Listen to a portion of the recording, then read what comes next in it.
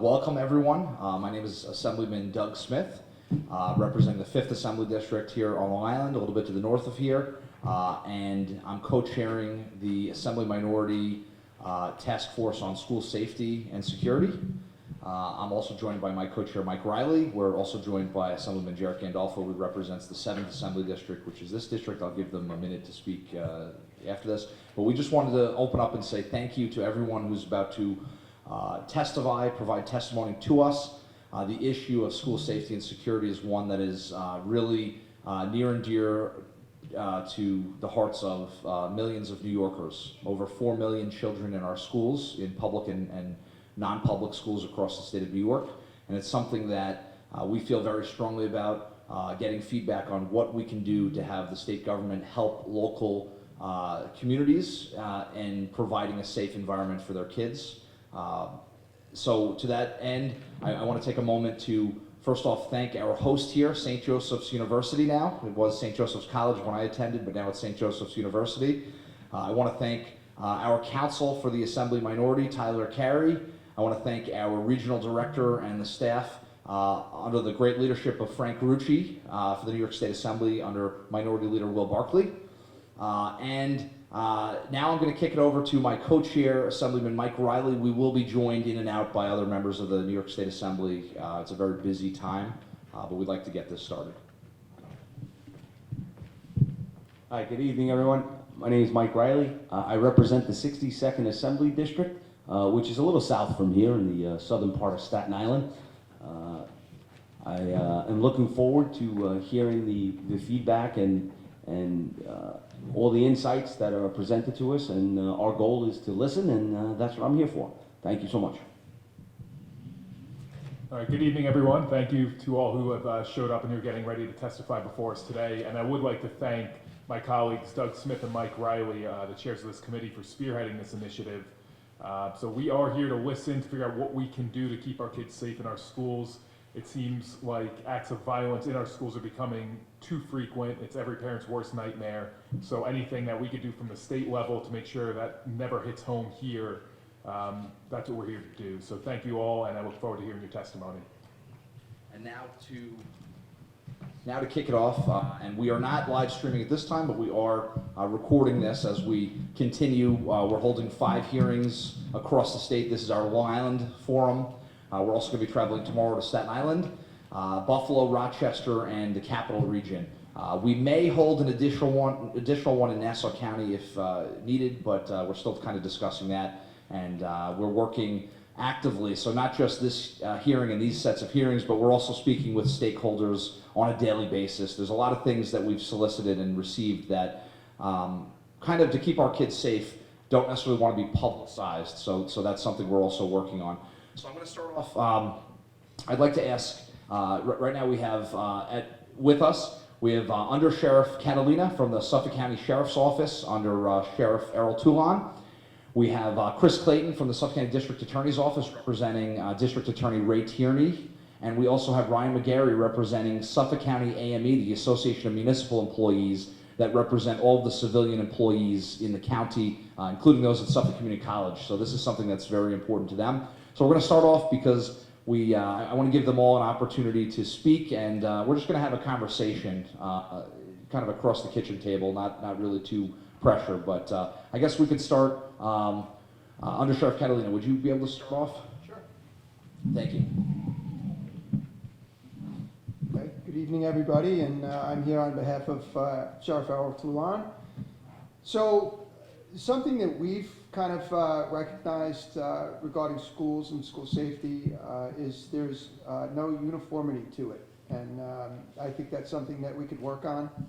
You know, if you go to you know, maybe East Islip School District, they might be wearing green and maybe they're armed. And if you go to Connecticut, they're wearing purple and they're unarmed.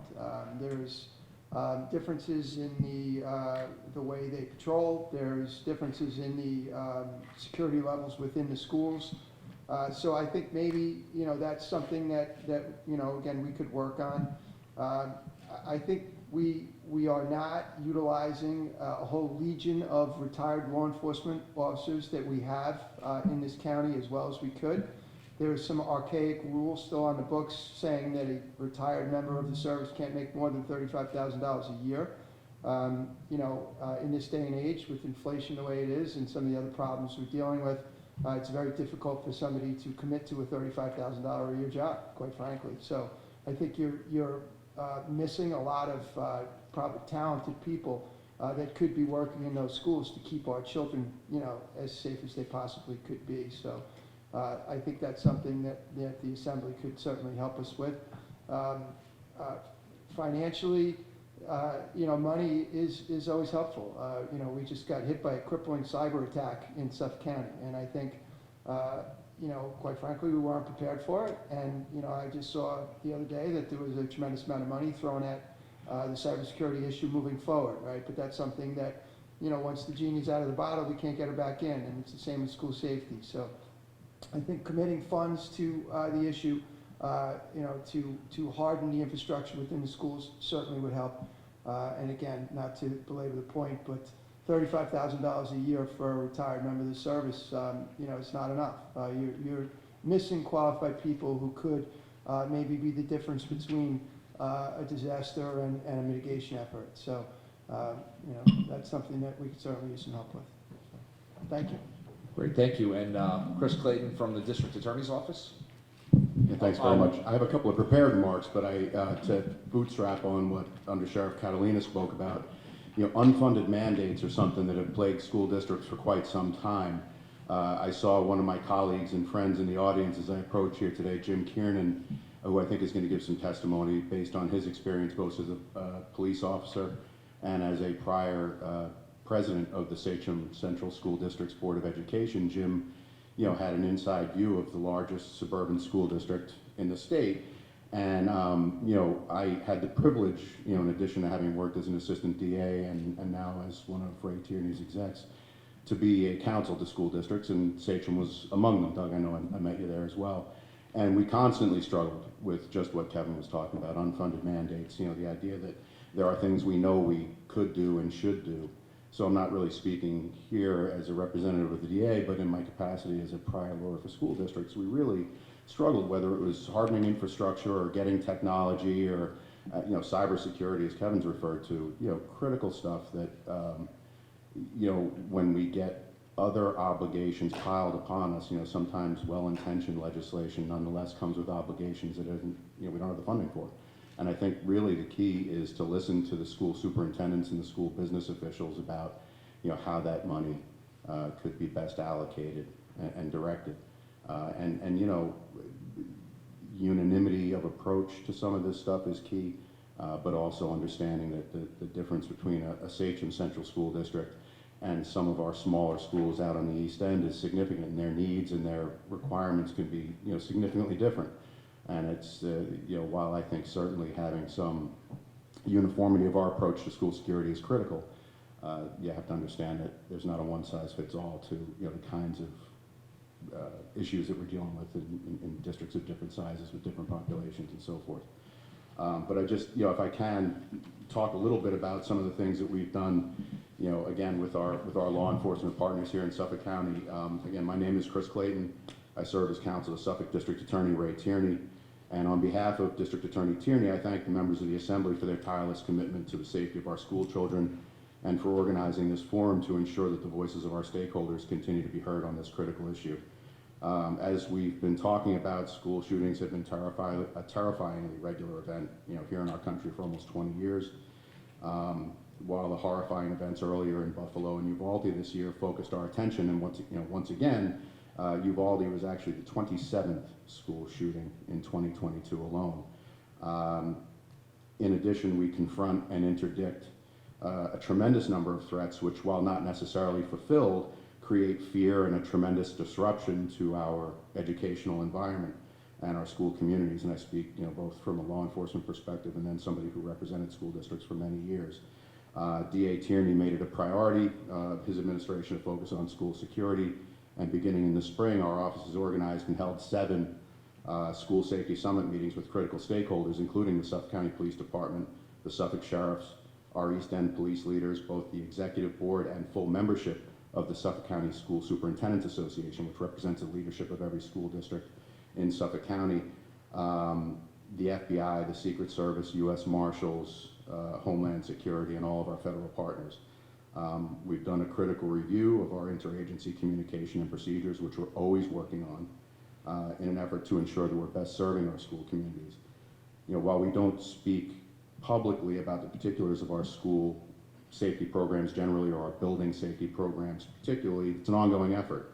And we continually contact our school leaders to try and address their concerns as the school year unfolds.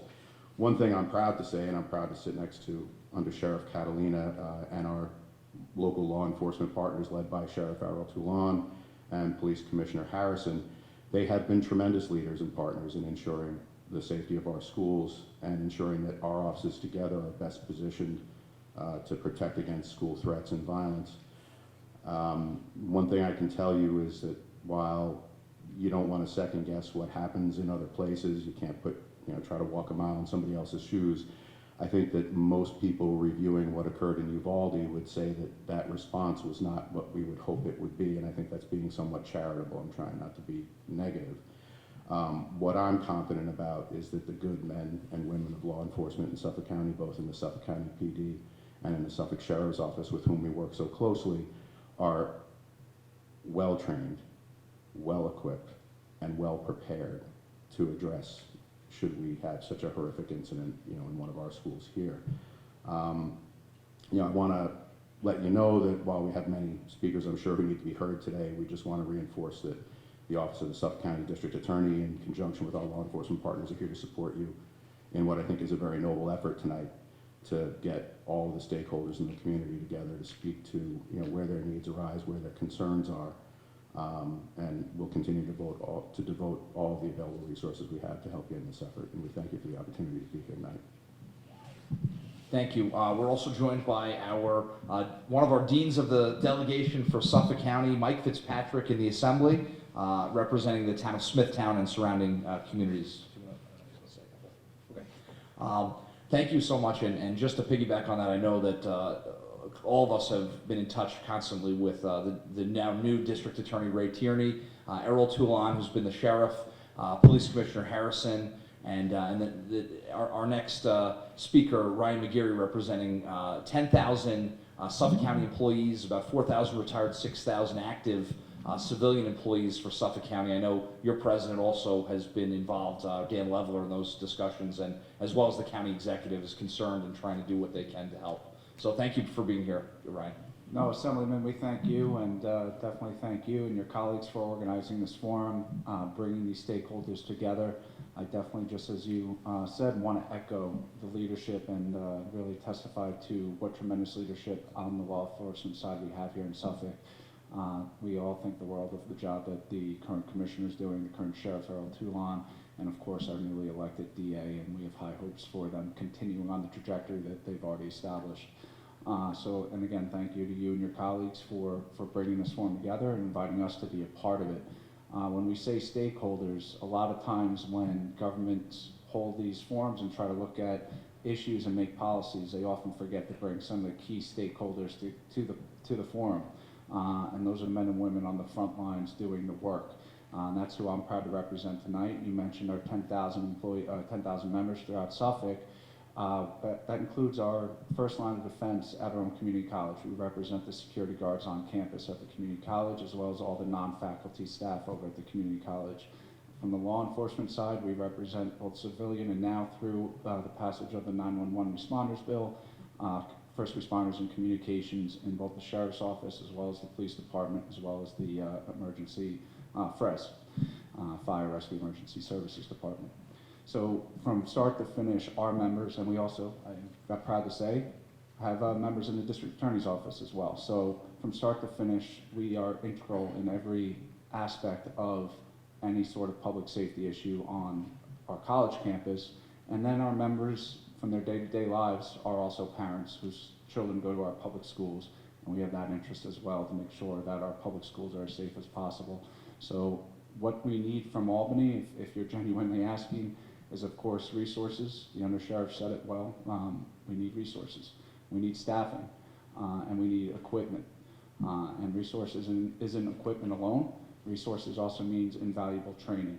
And more than anything, we need that constant dialogue, which again, I thank you for inviting us to the table. I don't want to, just like we've already mentioned, I'd rather go positive than negative, but we've seen some pretty detrimental impacts of policy that have been put forth without bringing together the opinions as well as just the perspectives of the men and women doing the job, both in law enforcement and in support of civilian roles. So again, Assemblyman, to your colleagues, thank you for giving us this opportunity. Thank you on behalf of President Van Leather for inviting me to speak. We're very proud of the work our members do, and we want to make sure students at the community college, their families, and also our counterparts at all public institutions throughout Suffolk County are as safe as possible. And we're counting on your leadership to help us get there. So whatever you need from us, our door is open, and we just hope to have continuous lines of dialogue. Thank you, Assemblyman. Thank you. Questions? Okay, I'm going to start with Mike Riley for some questions. So one of the constant themes that I hear are training and resources.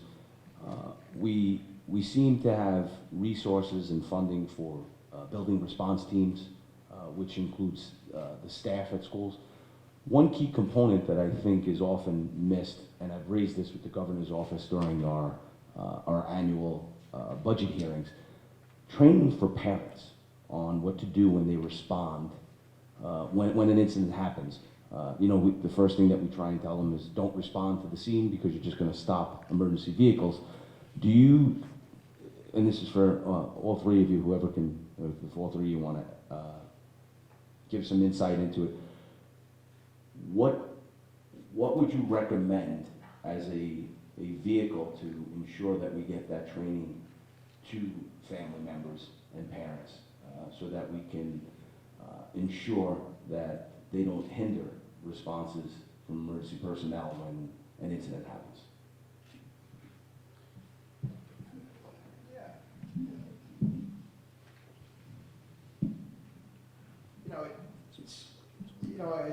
As Chris said before, every district is different, and every situation is different. But if the message was universal and there was some kind of public service announcement put out or something in that vein that really reinforced that issue, God forbid it happens here, that the last thing you should do is go to a school, it might help. Quite frankly, I don't know that you're ever going to be able to keep a parent away from a school where an attack has occurred. I think it's a great idea to try, and again, that message should be reinforced. Like I said, I don't know how successful that endeavor would be, but I certainly understand the message, and I think it's a good one. So maybe it could be put out in that fashion again. Commercials, again, we're going to ask you for money for that, but that might be a way to do it. But difficult task there to keep a parent away from a school where some kind of tragedy just unfolded. So again, great idea, but a difficult task. And in my experience and by statute, schools have to have school safety plans and building level safety plans, and those contain a host of information, some of which can be made public, most of which has to be jealously protected so that an evildoer who wants to, end run the protections that plan might provide isn't capable of doing it. But included within those certainly are ideas about assembly points and ways of evacuating buildings, places to, put children safely when such a horrible event might occur. And again, it could be act of nature or fire or anything like that as well, not just limited to a school shooting. But, I think that there's a famous quote from a famous general somewhere that says, the best plans survive the first point of contact. And then, as Kevin says, to try and tell a parent that they're not going to rush to the protection of their children, particularly after having seen so much of what we've seen in the media, I think would be a tall order. But I think that when we have our law enforcement agencies as well trained as they are here in Suffolk County, and again, I want to reiterate, I just have a strong belief that the men and women of law enforcement here are different in their training and their capacity than some of the jurisdictions that we've seen elsewhere, without denigrating anyone else. And I think that the plans that we implement when we train our, and I know the sheriff has done a lot of work training on the east end, the PD in the 5 western towns, training the staff how to respond and how to guide the children in ways that will, get them away from where the threat is, and also in an assembly point that will hopefully provide them with some safety. So there certainly are existent plans in that effect. Reconsidering those statutory obligations and revising, the way that training to deal and implement with those things. I think that's, as Kevin pointed out, making sure that the staff is trained to implement those things. And it's different than just the standard fire drill where everybody knows at 3:05 we've got one today and we're going to walk the kids out to the parking lot and come back in 5 minutes and get back to the school day. I had the privilege of participating in one of the active shooter drills that the Suffolk PD did at the school district, and I know that the sheriff does those as well. And it's both terrifying and informative. But I see how much that means to the people who have to deal with that situation, with the children and the chaos that's around it, and that's just simulated. But I think it's critical, and I think that having your school staff knowing what to do and having at least developed some of that muscle memory to respond to those situations, and that requires time and money, right? School district contracts provide a certain number of days for teachers, days of work obligation. Where do you fit that in when we've got 180-day school year and all the obligations that are imposed on us instructionally? Finding a way to get consensus as to how to find the time, the resources, and the ability to do that critical training, I think is going to be helpful to the kind of situation you're talking about, where we're well organized on the front end, and when the inevitable chaos comes, that preparation is going to help the response, under those terrible circumstances. It's my 2 cents. I'm not an expert in the area, though. If I can just jump on.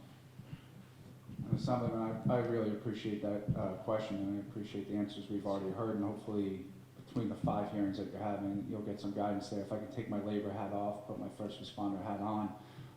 Just before we got started, I was speaking with the undersheriff about my service here right here in Patchogue as a volunteer firefighter. And of course, the last thing we're ever going to want as a first responder responding to an emergency situation is the loved one of a potential victim rushing and driving erratically and dangerously to get to a scene and only cause even more chaos to what we're trying to manage. So while thankfully I don't have experience on the school safety angle of that direct correlation, there is that similarity. You don't want chaos, you want to control chaos.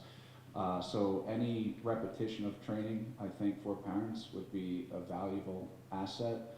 I mean, again, using that fire experience almost as a joke here, but stop, drop, and roll gets so repeated in your head that you know what to do when it happens, that if through these hearings you can come up with, and in conversations with our brothers and sisters in education, as well as our brothers and sisters in law enforcement roles, from the men and women on the ground, what they think the best approach for what parents should be doing to get that repetitively out there over the years, over the course of a single year, but then over years in time, so that they know, as parents who are going to be concerned, the first thing they want is information that their son or daughter is safe, right? That's the first thing they're going to want, and their instinct is to get there as quickly as possible to ensure it. So if there's a way to direct them to where they can get that information and at least feed some of the need, you're going to do major work in preventing already bad situation from getting that much worse. Because the last thing anybody wants to deal with is a secondary emergency related to the first one we're trying to respond to. If I could just follow up real quick with that, and you both make fantastic points, and I think what it really comes down to is not necessarily preventing the parents from coming, but controlling the parents once they do come, and having a plan in place, as both these guys so eloquently said, to make sure that they don't create further chaos. And Mike, I'm sure you experienced this, but in my prior career with the New York City Police Department, unfortunately, I was at quite a few hospital scenes where members of the service had passed away, and you never forget that experience. But the first time I saw it, unfortunately, how organized that was. There's a room for the family. There's a room for the members of the service who are part of that command. Everything is rehearsed, unfortunately, because it's not the first time it's happened. But it takes the chaos out of a chaotic situation, and I think that's what we would need to do in this situation, as they both said. Thank you. Here's a question concerning the school shooting issue. In spite of all the training, what are your thoughts on having an armed security person, preferably retired PD, at the gate? Our school properties are fenced in, so there's usually 1 or 2 gates of entry, having a person there, or maybe inside at the main door, since all the doors are hardened and there's only one point of entry for guests and visitors. It would seem to me, and I know it shouldn't be a controversial topic, and I'm not talking about arming teachers in the classroom, that's not what I'm talking about at all, but at least at the entry points outside, having a retired police officer or someone in security who is armed at the gate, would that make a difference? Everything I've seen, I think that would be helpful, in my opinion, but I wonder what you gentlemen think in that regard. Chris, do you want to go? Again, I'll qualify this response as one that's not really with my district attorney hat on, but with 21 years as a lawyer for school districts, I had occasion, Ms. Fitzpatrick, to represent schools who chose to have armed security and those who did not.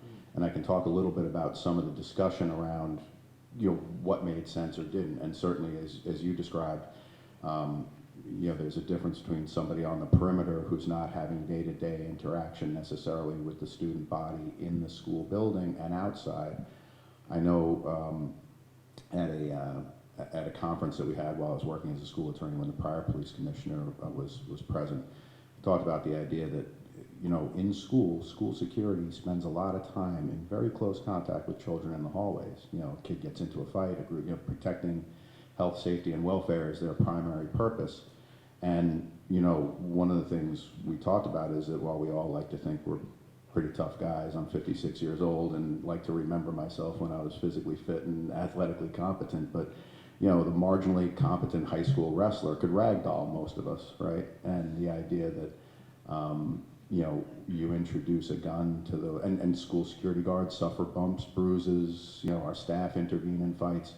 So a lot of the conversation for school districts that I represented who chose to have armed security was very much around establishing careful protocols, just as court officers in a courtroom who are moving prisoners might, those officers might not be armed while others who are away from direct contact with the prisoner who could roll with them, are armed, so there's the presence of the weapon in a secure fashion, but those who might be putting hands on someone, perhaps not. So there was a lot of conversation around procedures and protocols, again, for those districts who chose to have armed guards to ensure that kind of thing. And we're talking about retention holsters and things like that. I mean, it seems like almost a sad thing to talk about when we're talking about our schools, and certainly from our own experience. But and there were those who just thought that the risk associated with it was greater, particularly living in a police district where the response time might be quick enough, on a 911 call to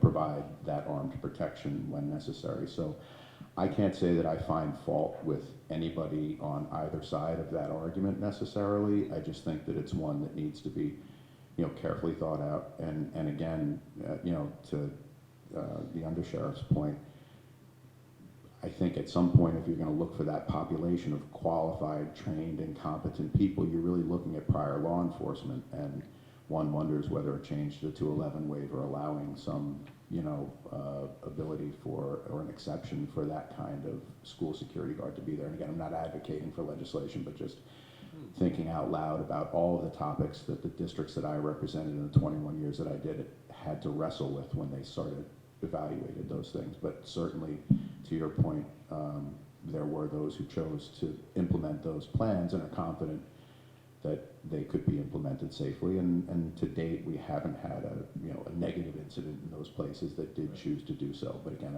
I don't pass judgment on those who made a decision the other way either. Right. Okay. Yeah, and real quick, I'm going to say I agree with everything Chris said. you know, I don't, you know, if we're gonna get real specific in the weeds here, I don't think it's a great idea for every individual who's in a school to be armed. I think there are, you know, certainly No, problems with that. I'm not advocating. Yeah, for it. but I do think maybe secreting somebody within a school outside of contact with students, you know, might be a good idea. And I think if that were to happen, I think there would need to be training, just like, you know, police officers and deputy sheriffs have to go to training twice a year to make sure they're proficient with their firearms. We would need to hold them accountable as well, you know, and make sure that we covered all our bases there. But I think it's a discussion that certainly should be had. And, you know, I think if we could find a way to do it safely, you know, I think we would be in favor of that. Great, thank you.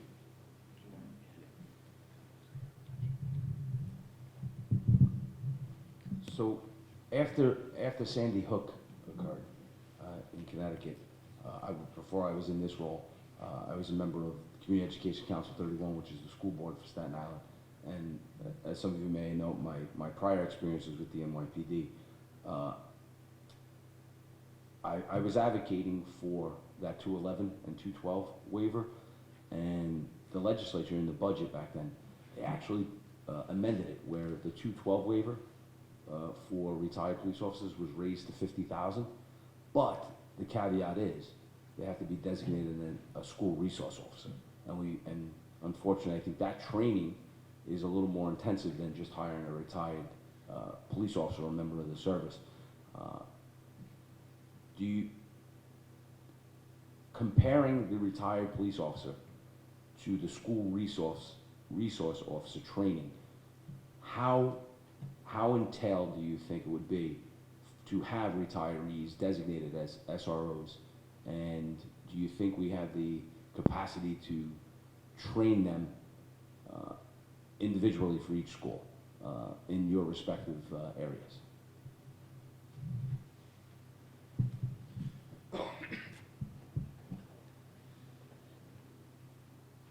Colloquially, I would refer to this as spitball in here. But I think that where there are resources, there is a way, right? And it's a question of whether that is deemed in the collective wisdom of everybody who's studying the problem to be the most judicious expenditure of money, and is, you know, you're going to get the bang for the buck. I think that, you know, it's a helpful exercise, this one that you've convened, to study that issue. You know, is there, and get the input of people who have much more experience than I do in the actual training protocols for somebody who would take on that role, what it would take to have a retired police officer get additional necessary training that's unique to the school environment. Because that's, you know, I think one of the things you'll hear from school leaders is that while we recognize the need for safety, nobody wants to turn their schools into a prison either, and an armed encampment. No parent wants that. I mean, contemplate that some of the most difficult times that you have in school are when parents don't think that their access to children, that their input towards a child's education is being heard, and that's a critical part, right? Parents are a very fundamental and important component of the school community and need to be heard on educational issues and other things. But when, you know, I'll tell you, when we started putting man traps in schools and saying that the only a single point of entry and the sort of things that some of the funding that the legislature has provided in the past allowed us to do for school safety, some of the biggest critics are parents. You know, I just want to come and drop off Johnny's lunch, and I want to, you know, go and talk to the teacher, and I used to be able to just walk in and have that access, and now I feel like that's getting shut down, and I'm walking into a jail to, you know, and they feel that that's a significant reduction in the experience that they as parents want and their kids want. So, you know, I think having the parent community give buy-in to some of that stuff is important too. So I think it's a bigger question than we're prepared to answer tonight, but certainly one that warrants further discussion. Okay.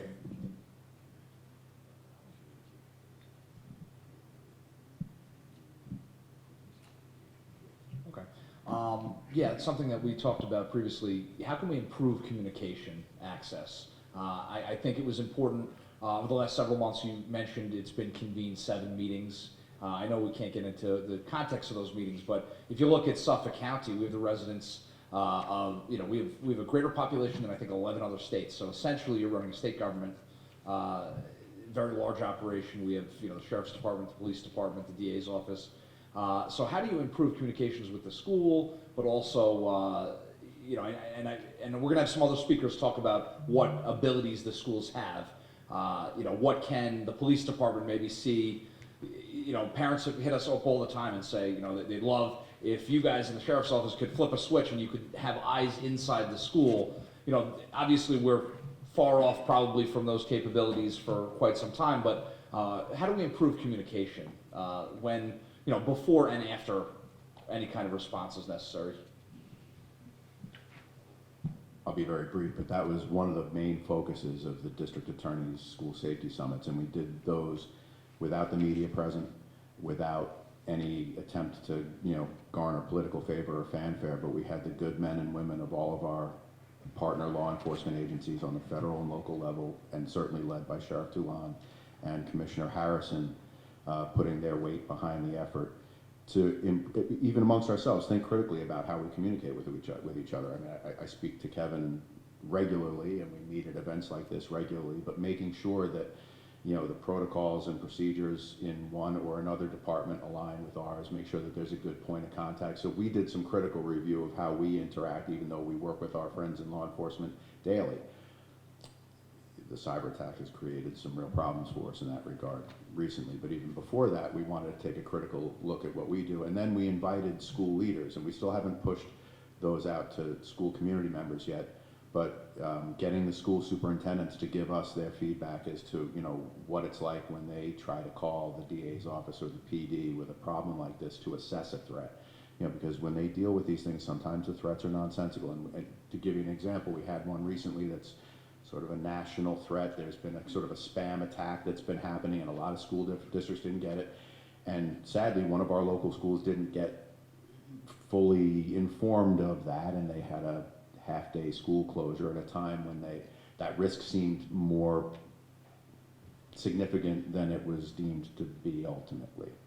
And so even now, after we've had 7 meetings, we're looking to make sure that the provision of information, while not compromising safety, security, or secrecy, is still out there. And it's a work in progress always, but including those key constituencies is critical. And then, to your point, I think the technology exists to do what you talked about, to gain those cameras and things like that.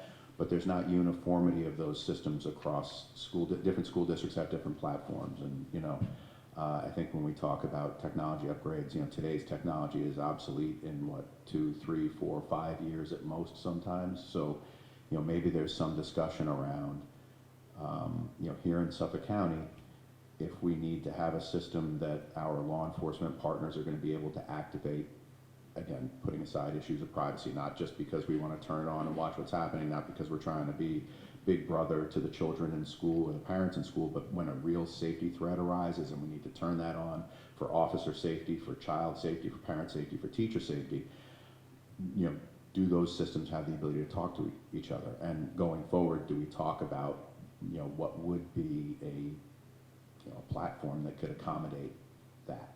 Because I think that's something that's been talked about a lot in our safety program amongst the school superintendents. How do you make sure that the technology, when we get funding to do it, is going to be integrated seamlessly? And if we're talking about now across agencies in a way that everybody can use meaningfully. And that's a more technological question than I have the answer for. Okay, thank you. Thank you so much. Are there any other questions? Okay, gentlemen, thank you so much for your time, and we'll continue to be in touch as we're working on this, and thank you for leading the charge on that. I know, specifically speaking with Errol Toulon and Ray Tierney, they both expressed that this is something that keeps them up at night, but they feel a lot better, I think, now than they did even 6 months ago, knowing the work that you've already been working on. So thank you all. We thank you for your commitment to this process. Thank you so much, and thank you for having us. Next up, we're going to have Jim Kiernan. He will give us his biography. It's extensive. He's actually going to be touching on a lot of the issues that we were just talking about, and followed by Don Flynn after, who I think those of us in the education world on Long Island know that he also has spent many years involved in securing our school campuses. If anybody here would like to speak, just be sure that you sign in with our staff in the back.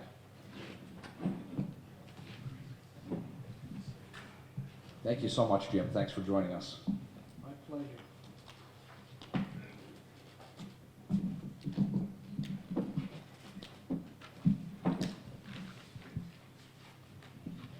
Okay, is this on? Good?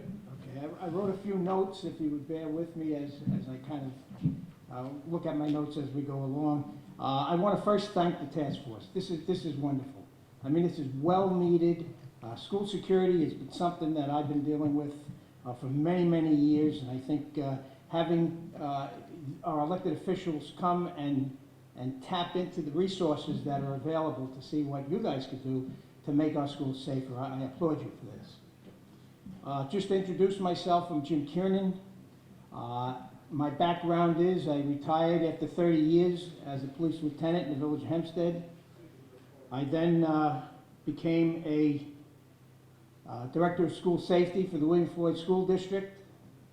After that, I became an adjunct professor of criminal justice at Briarcliff College. And all of that time, I was on the Sachem School Board several years as its president. So, needless to say, I have a lot of background in various aspects of school security, from law enforcement aspect all the way to school board aspect. And as I heard from the other gentleman that was speaking, there's always budgetary concerns and other issues involved. But my major thing is having a credential, a school security specific credential for school security guards.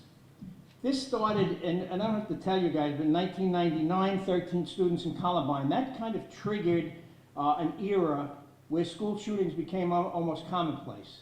And a whole new look at school security developed. And since then, again, I don't have to tell you, we've had 17 children killed in Parkland, 27 Sandy Hook, and 19 just recently at Robb Elementary in Uvalde. In almost every case, there were clear warning signs that were missed or ignored. Training is needed to better recognize these warning signs. There is no school-specific mandated training in security guards in New York currently. I just want to repeat that because many people don't understand that. There is no mandated school-specific security guard training in New York. There's a general New York State security guard certification training that fails to distinguish between school security and warehouse security. Schools are not warehouses. They're not banks. They're not places of business. They're institutions of learning. There's a clear need to train security personnel to handle school-related issues.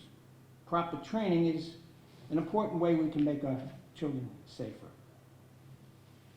Those who work in schools are acutely aware of the special skill sets required to handle students, parents, and staff and visitors.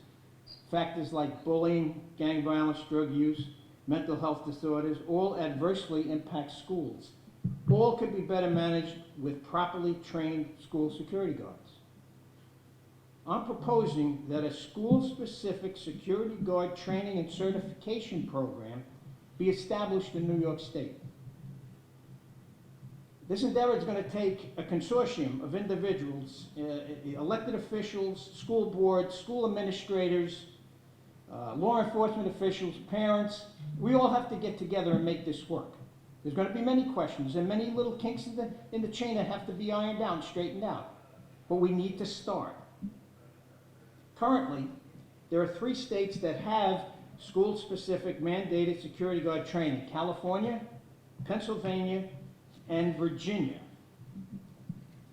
Let me read, I just happen to have California's syllabus here. California state law requires security guards K through 12 school districts to complete a course of training developed by the Bureau of Security and Investigative Services in consultation with the Commission on Peace Officer Standards and Training.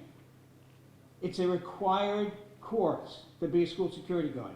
A typical outline is role and responsibilities of school security officer, laws and liability, security awareness in the educational environment, mediation, conflict resolution, disasters and emergencies, and dynamics of student behavior. As you can tell, these are all school-specific. We're not talking about a watchman at a warehouse. We're talking about school security specific.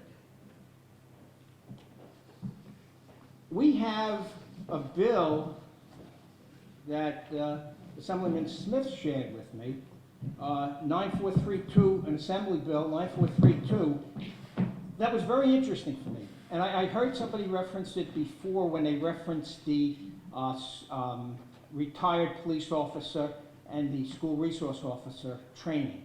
Well, this bill in and of itself says that they want to take retired police officers, they want to give them a peace officer status. They want to at least, if not waive, but increase the earning cap standard, which, by the way, I think is an absolute necessity if you're going to even talk about this, and have the new tier of retired police officers take the resource officer standardized training. So in essence, they become resource officers themselves. Now I took this and I went through it with a fine-tooth comb, and I noticed that what I need to see happen with the security guard certification and training for school-specific training, that could be incorporated in this bill. We could wind up with what I'll say is three tiers in this bill. Tier number one is what you have already, is the on-duty resource officer from the precinct as we have now, no change. Tier two would be this retired police officer with the cap waived, retired police officer, armed, and that police officer would also get the certification of a resource officer. Now here's where I come in. I want tier three. That is the civilian school security guard. Why do I say that? Because in honesty, that's exactly what our school districts are going to want, okay? But I'm looking at this as, this is ideal to have them have a choice, because my third tier is unarmed. They're not armed. But we could get them school resource officer training, which would be my certification, but modified. Modified not to a peace officer or police officer, but modified to a civilian school security guard. So that would take a little doing, but I am sure whoever puts on the school resource officer curriculum could moderate that to where it would fit a civilian guard. So what you would wind up with is any school district would have a choice of these three tiers. And as was said before, we don't want to turn our schools into armed encampments, and we don't want to arm untrained civilians to patrol our school hallways and cafeterias.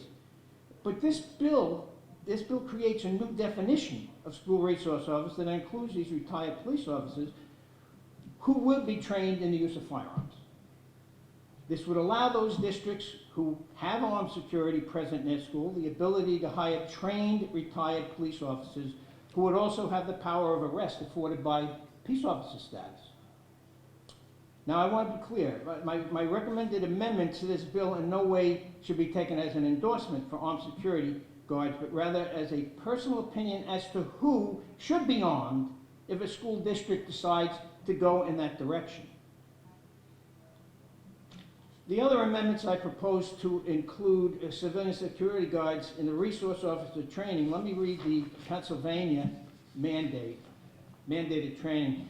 On November 27, 2019, Article 13C of the Pennsylvania School Code was amended, which took effect immediately to extend the time with school resource officers and unarmed school security guards who are employed or contracted by a school entity or non-public school by September 2nd, 2019, must successfully complete the basic school resource officer course ordered by the National Association of School Resource Officers, or an approved equivalent course of instruction. So it's being done out there. We don't have to reinvent the wheel. We could make it suit our purposes here in New York State. But it's being done. It's out there. Now, I'd be remiss if I didn't say that there is some drawbacks that I get hit with all the time when I bring this idea out. First, let me make a statement concerning that I hear all the time, the hiring availability of school security guards. Some have said it's hard enough to get guards now, and if you add additional training requirements, it would be even harder. To that I say, making security guards more professional and mandating them to receive a better training should no way lessen the pool of candidates. And here's why. They already have mandated training. I'm just saying they have to have the A instead of B. Every security guard in New York State is required, mandated, to have training certification from New York State License Division. So it's not going to be any more of a burden. It's just going to switch over to a more school-specific training initiative. Cost concerns. Here too, anyone who wants to become a security guard now must pay out of pocket for their training and certification. You want to be a security guard now, you have to go to the class, pay the class, and get your certification, pay for your fingerprints, etc., etc. There's no difference in this. The guards that are currently there, well, they need annual recertification anyway. So again, they're going to get recertified, but this time it'll be in the area of the school resource officer type training. Some school districts pay for that. Not all, but some do pay for that. If they want to continue that, that would be fine. But I can't accept the fact that it's going to be too costly or that we're not going to be able to get any guards. Now, there are a number of districts that have very good directors, very good security programs, and some of those directors, like Don Flynn is here, they personally train their staff. They do a good job at it too. The problem for me is that it's not mandated. So what one school does, another school doesn't do. And somebody that said before, we need uniformity here. Okay, so to close it all together, I desperately think we need certification for school-specific training of security guards. I think this bill, with some edits, could fit that. And not only would you have a superintendent and a board looking at this to say, okay, what do we want in our building? We want 1 of A, 2 of 3, and 2 of 2s, and 6 of 3s. You can mix and match and make this work. But what you're going to have is all 3 tiers are well-trained, school-specific training. Thank you. Thank you. Thank you so much, Jim. I love it. When you first came to me with this idea, mentioning it for many years, it makes a lot of sense. We've been joined by Assemblywoman Jody Giglio, representing the town of Brookhaven, as well as the North Fork on Long Island. Questions? I know I have some comments. Jim, you mentioned the 3 states, Virginia, Pennsylvania, California. Which model, in your view, is the best, or are there qualities all 3 have that we could? That's a good question. All 3 have basically the same things. Some of them, though, have more lengthy training certifications. In California, it's 24 hours. So that'd be 3 days worth of training. The others, some have I think it was Virginia has a week. So I'm not saying that any one is better than the other. I think we have to look at all 3 and see what works for New York. Which, as long as those the subject material is included, and we have wonderful, trainers here in the state that I wouldn't pick one over the other.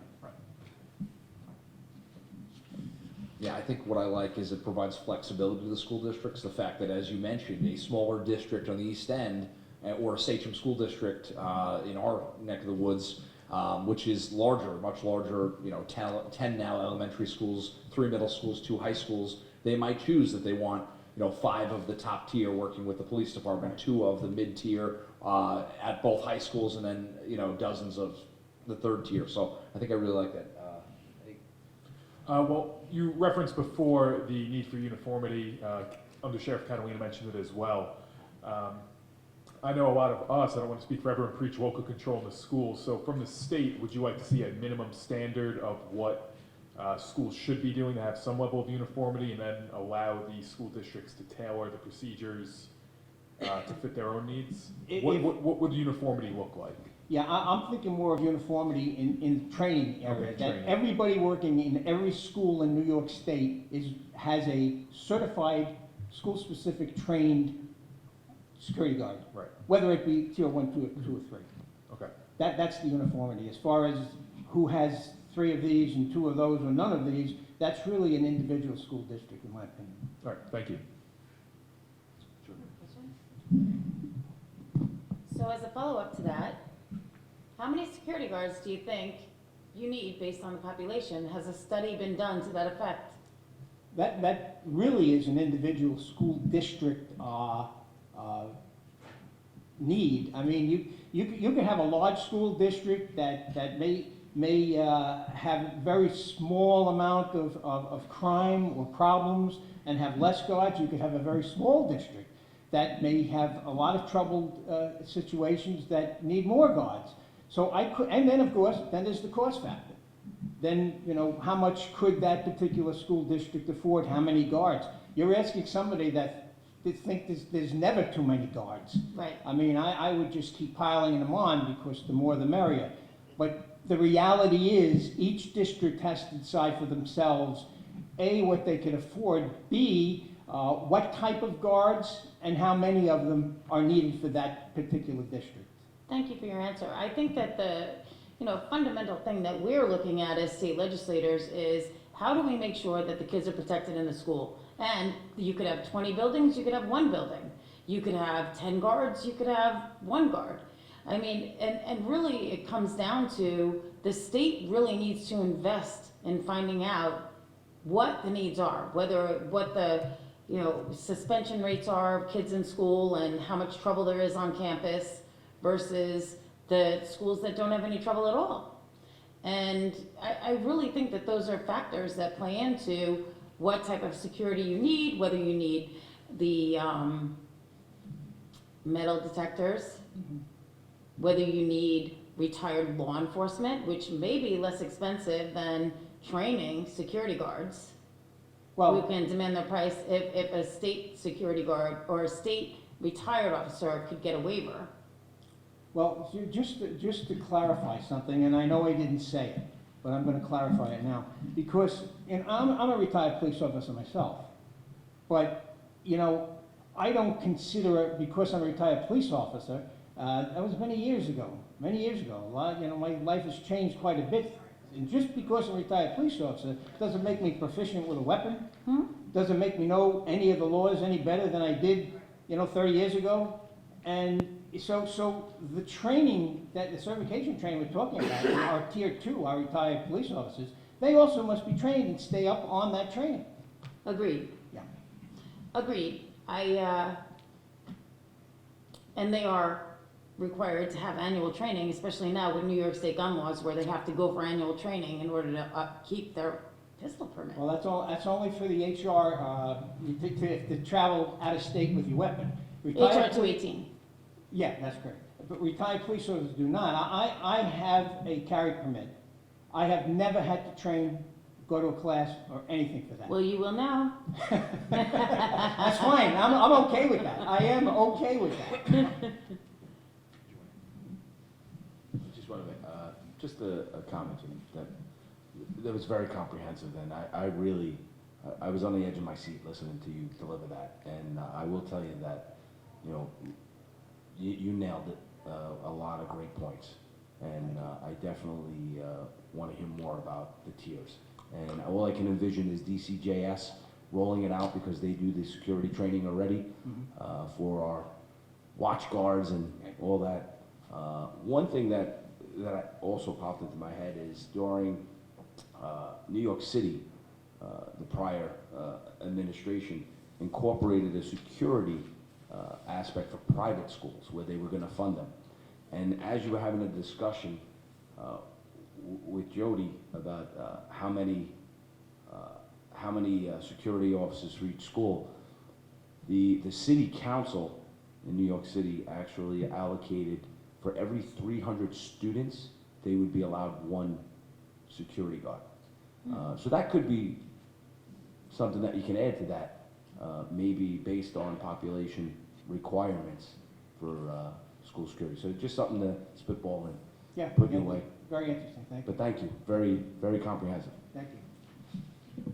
Okay, thank you so much, Jim, and we'll always be in touch as we're working on this. Thank you. All right, thanks again for your work. Thank you. And Next- keeping in mind too, that the more security guards you have, the higher the tuition rates go up. And are you going to be reimbursed by the state in order to make sure the schools are safe? And you absolutely should be. And I think that'll come up actually in a few of our next speakers. So that actually dovetails very nicely. So next up, Don Flynn, who is the Director of Security, I know, at the Connecticut School District, but has spent his life working to keep our kids safe in numerous suburban school districts. He has a great insight into that. Then followed by, in this order, Manny Villar and Bob Vecchio. Good to see you, sir. Good evening. First of all, I just wanted to thank you all. Long overdue. Definite need for a conversation, so I certainly appreciate the opportunity to speak. So just my background, 20 years as in the NYPD, retired as Detective Sergeant. But why am I here? Because for the past 18 years, I've been doing nothing but K-12 security. So yes, Connecticut being my first district, but for the last, I said, 18 years, we're responsible for security in many school districts across Nassau and Suffolk County. And so a lot of what the speakers were saying is talk as it pertains to uniformity, they nailed it. And with 124, 126 school districts in Nassau and Suffolk, we're constantly doing assessments, and you'd be surprised in 2022, walking into a school district in Nassau and Suffolk County that you wouldn't know where you are, as far as, and that could be 2 miles away from a neighboring district. The uniformity is absolutely critical. I want to get a lot in a short period of time. I'm cognizant, but I do want to reassure those questions that were asked as far as technology. Know, in fact, that the Suffolk County Police Department has been on top of that in something called the SHARE program. So in their real-time crime center out in Yaphank, I don't think today though, because of certain things happening, but they have been for the last 2 or 3 years for those school districts that opted in. There was certain platforms, their technology department out there and their intel unit has been unbelievable in assisting in making this happen. Several video surveillance platforms they are monitoring out there, and those districts signed, I think Chris may know, there were MOUs that were passed along to the attorneys to make sure that only under certain circumstances would they be monitoring. So whenever they so-called flip the switch to see if the technology is working, school districts are in fact notified about it. That's now being rolled out and eventually pushed out to the cars, but Suffolk County PD can speak better to that. So that has been a reassuring piece. But again, as Jim Kieran said, and I think the other speakers are saying, there's nothing more important than the boots on the ground. From my perspective, when we do assessments, school districts call us in, they think at the end of the assessment, we're going to say, well, you need $1 million. Or about training. The training is absolutely critical.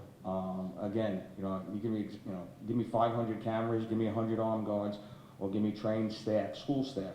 We haven't talked about professional development, but I know Chris touched on it as far as the contractual obligations. Superintendent's conference day. It's a little bit of a pet peeve of mine, but we get called all the time because that seems to be the only time you can train the staff during the school year. And they'll say, all right, you got 15 minutes done, you got a half hour done, and then it's not revisited. There are mandatory drills that are done throughout the year, but what are we doing? We're doing them for compliance, or are we doing them for preparedness? So there's a whole host of pieces that go along with this. But you invite me here, I could be here till 1 o'clock in the morning talking about it. But if there's anything else, I'm a big fan of threat assessment. I think it was touched on here. Again, I talk about whether it be technology or anything else. One of the things we face, and I got to thank the DA's office, August 17th, they did hold that conference over at the DA's office. Great speech from one of their attorneys as far as the ERPOs. But one of the questions that came out of that was speaking to the administrators that I work with, HIPAA and FERPA. And I think the training that needs to be enhanced from the school point of view is there's a lot of information that when the Suffolk County PD is called, or any police department is called, they're usually called for a specific incident. And from what, the 2 seats that I've sat in, there's many times that we know that there's information that's contained here that is not finding its way. And a lot of times that leads to confusion because they don't understand the exceptions to HIPAA and FERPA. So I'm called for a student who committed a threat. I don't know, in fact, that there were suicidal ideations that may have happened several weeks ago. Maybe 70 or 80% of those potential school shooters, a suicidal ideation was a piece of that. So a lot of times, they say it's hard to connect the dots if you don't know the dots. So a lot of these pieces, the intel has to be enhanced dramatically. We've got an outstanding law enforcement in both counties. And again, I'm partial, a long time in the city, but I think there's a lot that falls through the cracks. So when parents continue to ask me after these incidents, Don, how do these things continue to happen? It's very simply that. We have failed to connect the dots. We can talk about what happened at Uvalde and the end result of what didn't happen, but it failed months before that because there were dots that were not connected, and it failed all through the process. And those are the more frustrating things because these events are preventable. They definitely are preventable. So. Thank you so much, and thank you for, because I know you would have said a lot of the things that the previous speakers would have said. If you were given kind of a silver bullet or something through Albany, if you could walk into the governor right now and say, I need a few things to happen, what would be on the top of your list? Outstanding question. And this is the thing I think when we start to work with districts, I ask, because again, they've always got this pot over here as far as money that can be spent on infrastructure. And I say to them, well, can you give your staff, whether it be 2 hours of overtime for training or professional development, 2 hours a month or an hour a month, hold them after school to do, tabletop exercises, to do some training and talk about some scenarios. That will put you in a much better place. So, the contractual piece, so if we could make that happen, that funding, I'm never one to come to the table or go to a school board and say, this is what I need, but I'm telling you that will certainly enhance the level of preparedness. Getting back to the curriculum that Jim was talking about, I know it all too well because the first time I wrote my 8-hour curriculum for the state, my 8-hour annual, was rejected by the state. And it was rejected for the simple fact that they said, Don, it's too narrow in focus. And I said, I only do K-12 security. So it was kind of like I promised, you're only going to teach K-12 security, then your syllabus is okay. And that's all we do. I didn't need to teach, and we don't work with the security, the other type of security. So we've mandated it to the best we can in the districts that we work with, that they must go through our classes. Point well taken and mentioned by Jim. Yeah, we do it even for the active law enforcement and the recently retired, although they are exempt for the first 10 years, because what I tell those men and women all the time is that if you're an active Suffolk or Nassau or city cop, if you're doing school security, whether it be off-duty or whatever it may be, you're acting in the capacity of. So knowing the difference between a lockout and a lockdown and all these hold in place and all these pieces that are critical, they're not usually taught in the police academy. So there's a fine line there as far as definitely appreciating and hoping I get as many as I can to recruit.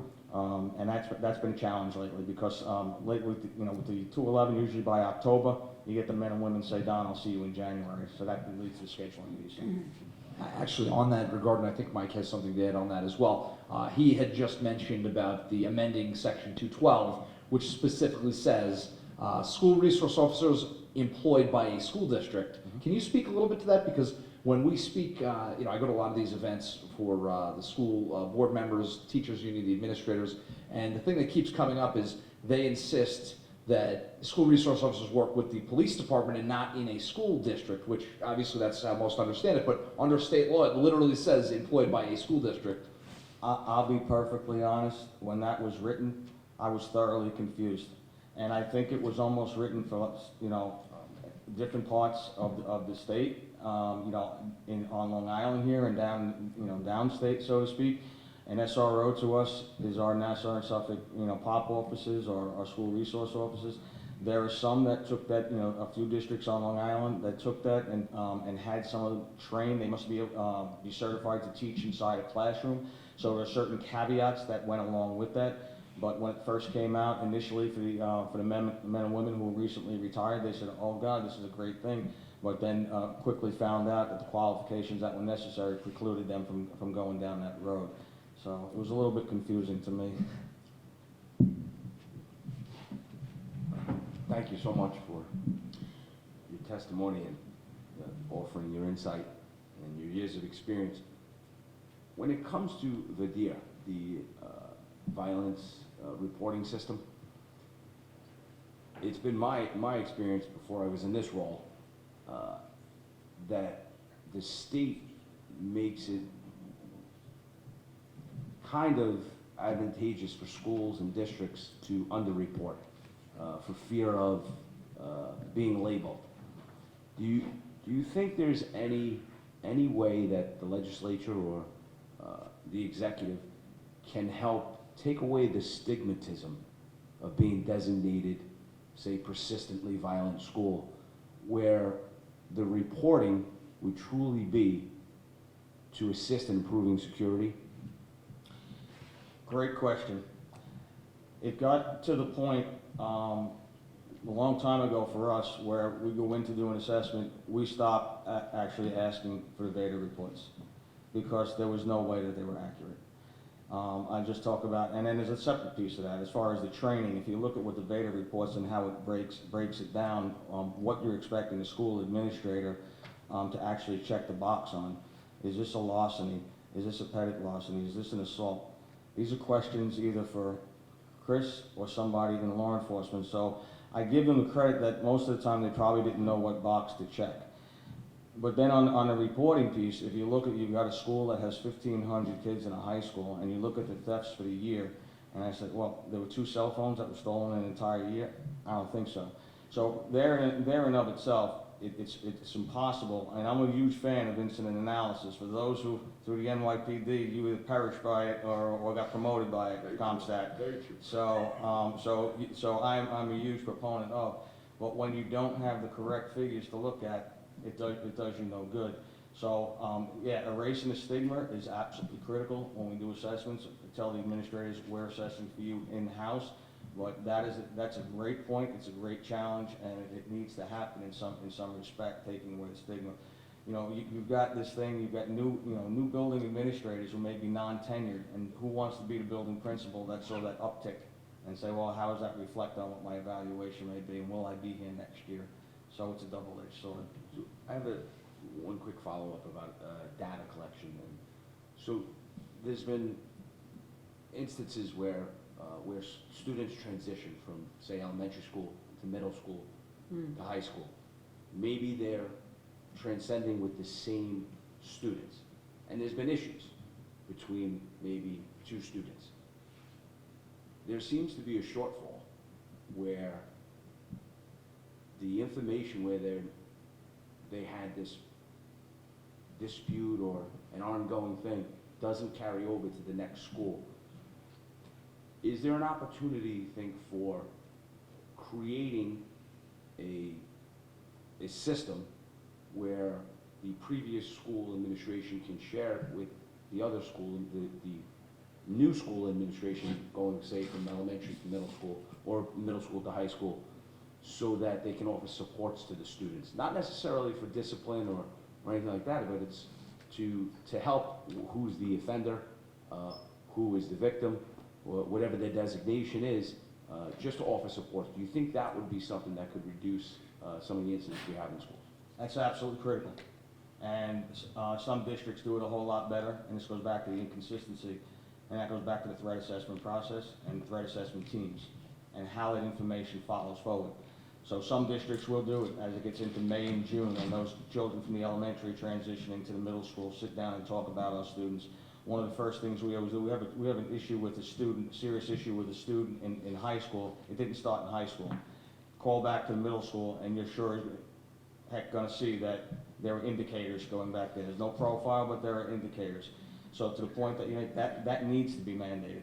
That information has to flow. Those threat assessment teams have to happen. This isn't groundbreaking information. You know, the FBI study and the U.S. Secret Service study, as you know, go way back, talking about the importance. There shouldn't be recommendations at this point in time, but you need to have threat assessment teams and a threat assessment process in place, because to the point that you're making, that is how things fall through the cracks. So, I appreciate that information, that's great, thank you.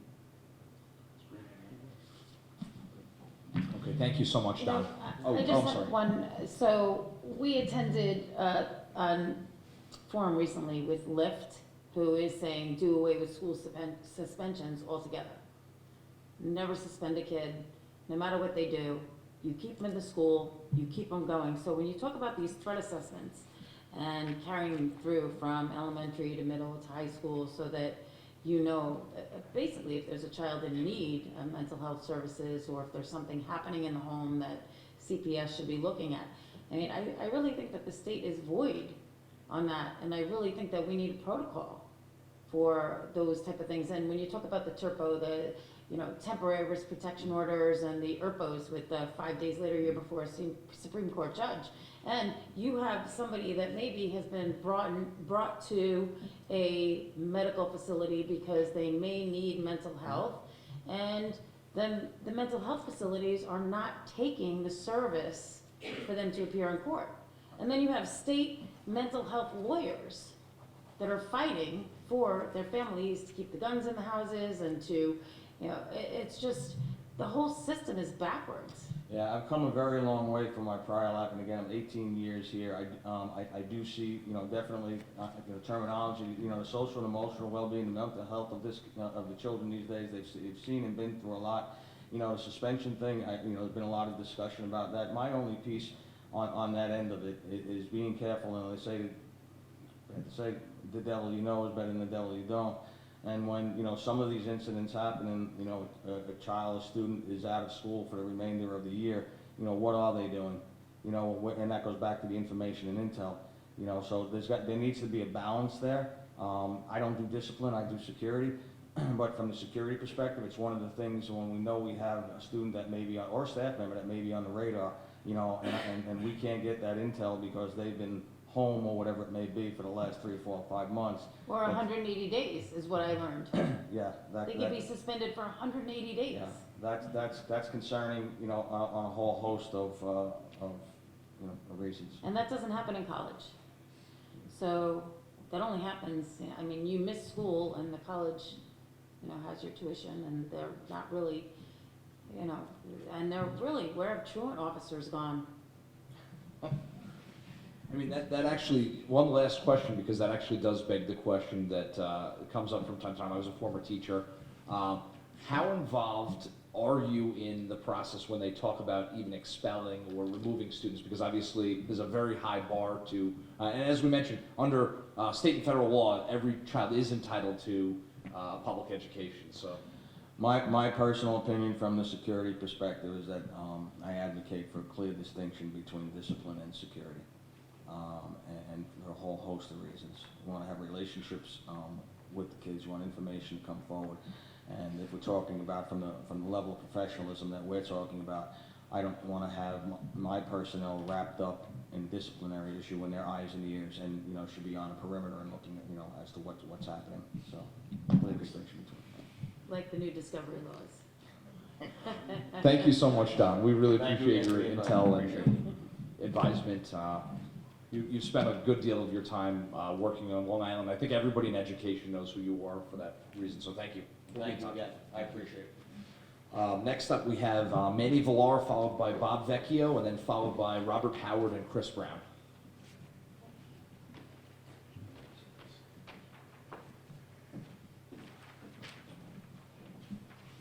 Manny Villar, who probably puts more miles on his car than anybody I know, traveling from East Hampton to Albany, advocating on a lot of these issues, wears a number of hats. But if you want to go into your background, and thank you, Manny. Absolutely. First, I want to thank you all for allowing me to come speak today, or actually inviting me to come speak today for school safety and security. My name is Manny Villar, for those that will be watching it that don't know me. And I'm the founding president of the Police Benevolent Association of New York State. We're New York State's 5th biggest police union. We represent 4 unique state job titles. One that's actually that's very relative here today.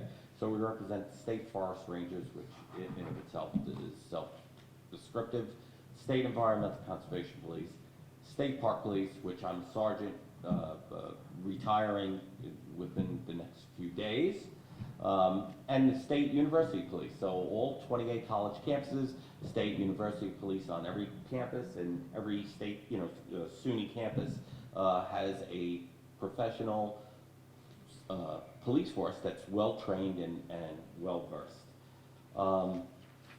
I think it's important to know here, and I thought I was going to go through a lot of this, but a lot has been said. I think what we really need to understand is educational facilities, and I know this from representing our SUNY police officers, are soft targets. And public schools are probably the softest of the soft targets. Every public school is unique unto itself. Many geography, nature of the community in which it's in, the age of the building, so they all change. I don't think there is a single template for one size fits all.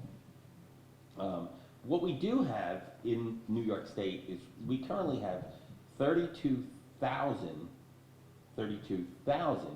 retired police officers that could potentially be repurposed if they're looking for retirement employment. We have to remember the average age of a police officer at the time of retirement is somewhere in their late 40s or early 50s.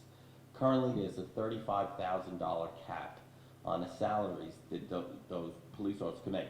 And really, what that $35,000 cap is, it's really not a cap. After $35,000, it's a penalty. It's a penalty on your pension. Your pension gets reduced 2 to 1. So it really is oppressive. You've heard, I don't need to go into it, you've heard some excellent testimony here today about how that diminishes the availability of retired police officers who could be employed by school districts. That would be a tremendous saving to school district budget. Because look, on the union side, and we say this, we negotiate all the time, it's not just the salary.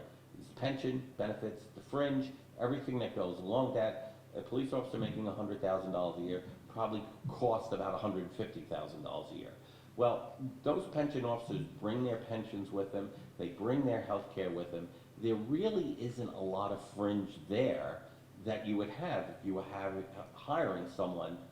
But you can't get those police officers because, as you heard, hey, it's October, I gotta go, I hit my cap, and now we're scrambling. So for every position they're trying to fill, they're looking to fill multiple positions. Now, I'm gonna go a little off script here, just because of some of the things that were said.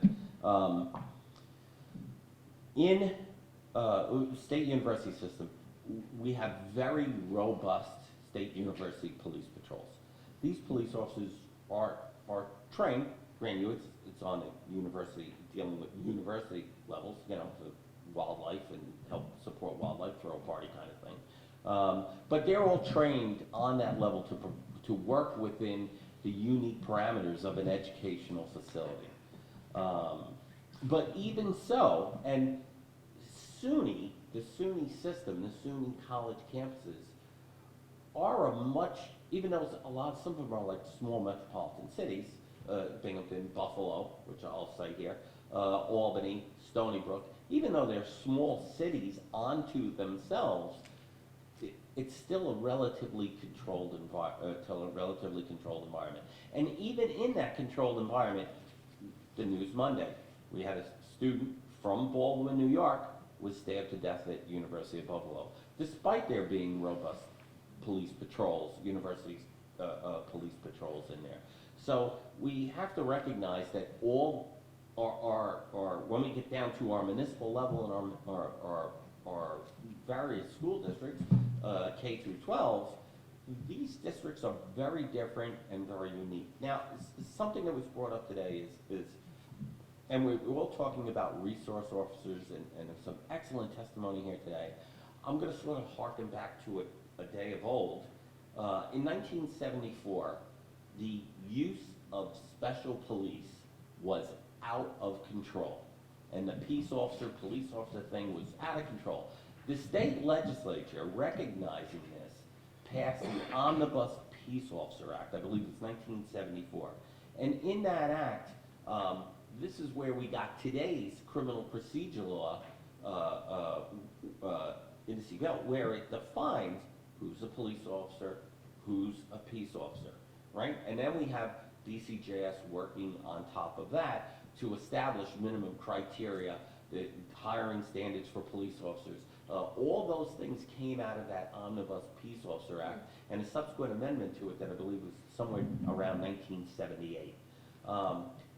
It might not be a bad idea to maybe do some research, see exactly the notes and the memos that went along with that legislative packet, and it could possibly be repurposed, or a lot can be gleaned from that to develop a criteria. We heard today resource officer, whatever, because the reality is, and as we heard, every school district's different, there's budgetary constraints, not only the security in the school, but it's also the faculty, the faculty and staff. We know from Uvalde, they were propping the doors open.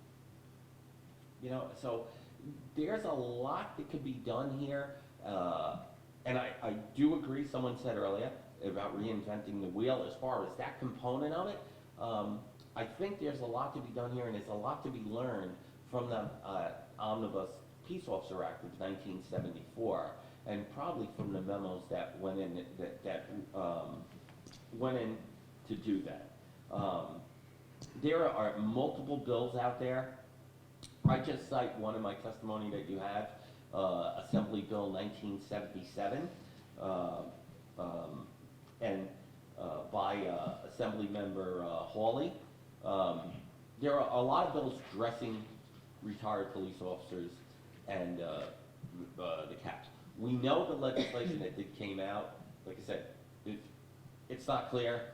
Is a retired police officer being hired by a school district? Are they a resource, or are they not? It becomes very, very nuanced, and a lot of it's sort of open up to open interpretation. And at the end of the day, the only interpretation that counts in this situation is going to be what the Office of the State Controller determines. And they've made the decision that, guess what? $35,000 cap, that's it, you're out, pay the penalty if you work beyond that. So I think one of the fundamental components we need to do to get that available pool, to further reach in that available pool of those 32,000 police officers that are rolling around out there, to get them in there, is to at least address the cap. Whether we fix that existing legislation, we amend the existing language that's out there, or we provide new language and new legislation, or whether this is part of something else. But if just from the point of retired police officers, which is here, why I'm here now as the executive director of the Retired Police Benevolent Association of New York, that cap is the #1 biggest impediment to hiring retired police officers, because I can go work for Joe Schmo Security for $60 an hour, make as much money as I want, as opposed to work for my little old Springs, East Hampton school district that by November I probably get my $35,000, and it's now a penalty to continue. And you bring up a good point, because would you agree that, as somebody who has training in law enforcement, you're looking at behavior, you're looking at who's coming and going, who's supposed to be in the building, who's not supposed to be in the building. So pretty much any other job you do, you're able to be there year round, but having to exit the situation and resume in January, that's terrible for a school district. Absolutely. The gentleman that just went before me, and I apologize I didn't get your name, he's absolutely right. It's school safety component, they're having, it's just like being a cop in the street. You're having relationships with the students. You're talking, you're talking to them. You're building rapport, and you're also watching and listening and picking up valuable information. So guess what? Officer Smith is only here till October, November, because he had his $35,000 cap. I'll see you next year, you know, and then I Day got 160, you're out. And then I gotta leave again in April because I can't even finish the school year out because I hit the cap for that year. So then I'll see you the following year. So it's very important, I think, anything moving forward, for the school district, especially as the economy tightens up and there's less dollars floating around, will be important to eliminating that penalty. And I keep calling it cap, and it's really not, it's a penalty. To eliminating that penalty in the legislation to allow us to utilize those retired police officers as school safety officers. And I totally do agree, because I know our university police receive all sorts of specialized training, as park police do for parks, NCON for NCON, forest rangers. And so I agree, there should be some sort of uniform training that goes along with that education, that primary school education, K through 12, that these retired police officers coming in, you know, are getting to familiarize themselves with the educational facility. And it's not anything new. We do it in SUNY already. We do it in SUNY. That's why we have a professional university police force. That's the whole reason. We do it in state parks. That's why we have a professional park police force. Why? Because they're unique for the geographic area that they're patrolling, and they need that specialized training. Above and beyond what a traditional police officer would get. Absolutely. Thanks, Minnie. Any questions? Yeah, so I couldn't agree with you more that there needs to be an automatic waiver, but I also think that you're retiring as a trained New York State certified law enforcement officer, and that there needs to be some cap. I think 35 is too low. I think, you know, but there has to be something coming back into the retirement system for the training that you received while you were a law enforcement officer. You have to on the remember, state. in their time, their careers, and the average police officer retires after 26 years. That's just, the pension system is just the way it works. Or, I admit I'm an anomaly. I'm there 38 or and a half. 62 years old if you're a Right, so state I've been here for like, since the dinosaurs were on the earth. But the reality is, those police officers that are now working for the school district, that are retired, they're not adding to their pensions, so there's no pension increase. All they're doing is they're not being penalized by going over that cap. So because they're not increasing their pension, they're also, it's not costing the school district or the taxpayers any money. So the taxpayers save, and when I say school, I mean the taxpayers. The taxpayers actually save, and the police officer isn't penalized by working another government job. And now I do agree, you know, we should keep it to this unique class of public safety, which is, or, you know, school resource officers, school public safety officers, whatever dynamics we ultimately end up calling it, or are calling it now. You know, there's a lot of discussion going on that the cap's too low on, for a variety of levels, and it should be pegged to inflation, and there's a whole lot of discussion on that, because the reality is, it hasn't gone up much in so many years. You know, it seems like the legislature passes a small increase to the cap. I think it went from 32,000 to 35,000. Prior to that, it was at 30,000. You know, and this is like over a 15-year span of time. But yet, you know, the economy has grown in leaps and bounds, and now inflation is growing at even greater leaps and bounds. So, you know, that may be for a discussion for elsewhere, and that's a broader discussion for all municipal workers and all retirees, and not just police officers. But just in this unique slice, it doesn't cost the pension So I system think what you're any saying money. is like, we're stepping over a dollar to pick up a dime, because if you're hiring somebody off the street, you're paying them health care, you're paying them pension, plus whatever the salary is. So if we can fix the existing structure, and I think, as you would agree, the people that are interested in these jobs are people that are retired with experience that live in these communities. Absolutely. They want to give back. This is their way to give back. Absolutely, So, without the penalty. without the, yeah, I right. think that'd be a good study, and not a penalty, but what should the cap be? Based on minimum wage that New York State has put forth, and, you know, what the advantages are of having a trained, retired law enforcement officer versus, you know, somebody that has had minimal training in other security aspects. Yeah, I mean, even, look, we passed legislation to increase minimum wage over the next several years substantially. So even if you just looked at those, and I didn't do the math, but even if you just looked at the percentage increase over the last 15 years of changes to minimum wage, you know, CAP hasn't gone up that much. You know, I think, right, we went from $18, right, we're going to $15 an hour. Yep. Well, it's almost a 90% increase. Well, CAP hasn't gone up 90. You know, if we applied that to when it was 30,000, we would be at 60,000 right now. So, you know, I think there just needs to be another way of looking at that Right. to help address that, to help address I think that you bring up a good point. I think it's echoed by a lot of the people as well, so that's great. Thank you so much, Manny, for joining us. We really appreciate it. Yes, thank you for having me. Thank you. Next up, we have Bob Vecchio representing the Nassau Suffolk School Boards Association, and that's followed by Robert Howard and Chris Brown, who will be talking a little bit about the mental health aspect that we haven't really touched on. If there's anyone else who's here that would like to testify, please let our staff know, because I think we are concluding at that. I'll just double check the list. Hey, good to see you, Bob. Thank you, Assemblyman. Good evening. I want to thank the Assembly Minority Task Force on School Safety for giving me the opportunity to testify here tonight. As mentioned, my name is Bob Vecchio. I'm the Executive Director of the Nassau Suffolk School Board Association. We represent 107 school boards across Nassau and Suffolk County. The issue of school safety and security is not a new one for a veteran board member. I sat on the board for 18 years, 15 as president. Jim Kiernan headed up our security at William Floyd. And those priorities have escalated from Columbine to Sandy Hook and to recently Uvalde. After Sandy Hook, our district put guard booths at our elementary schools, security guards in our elementary schools.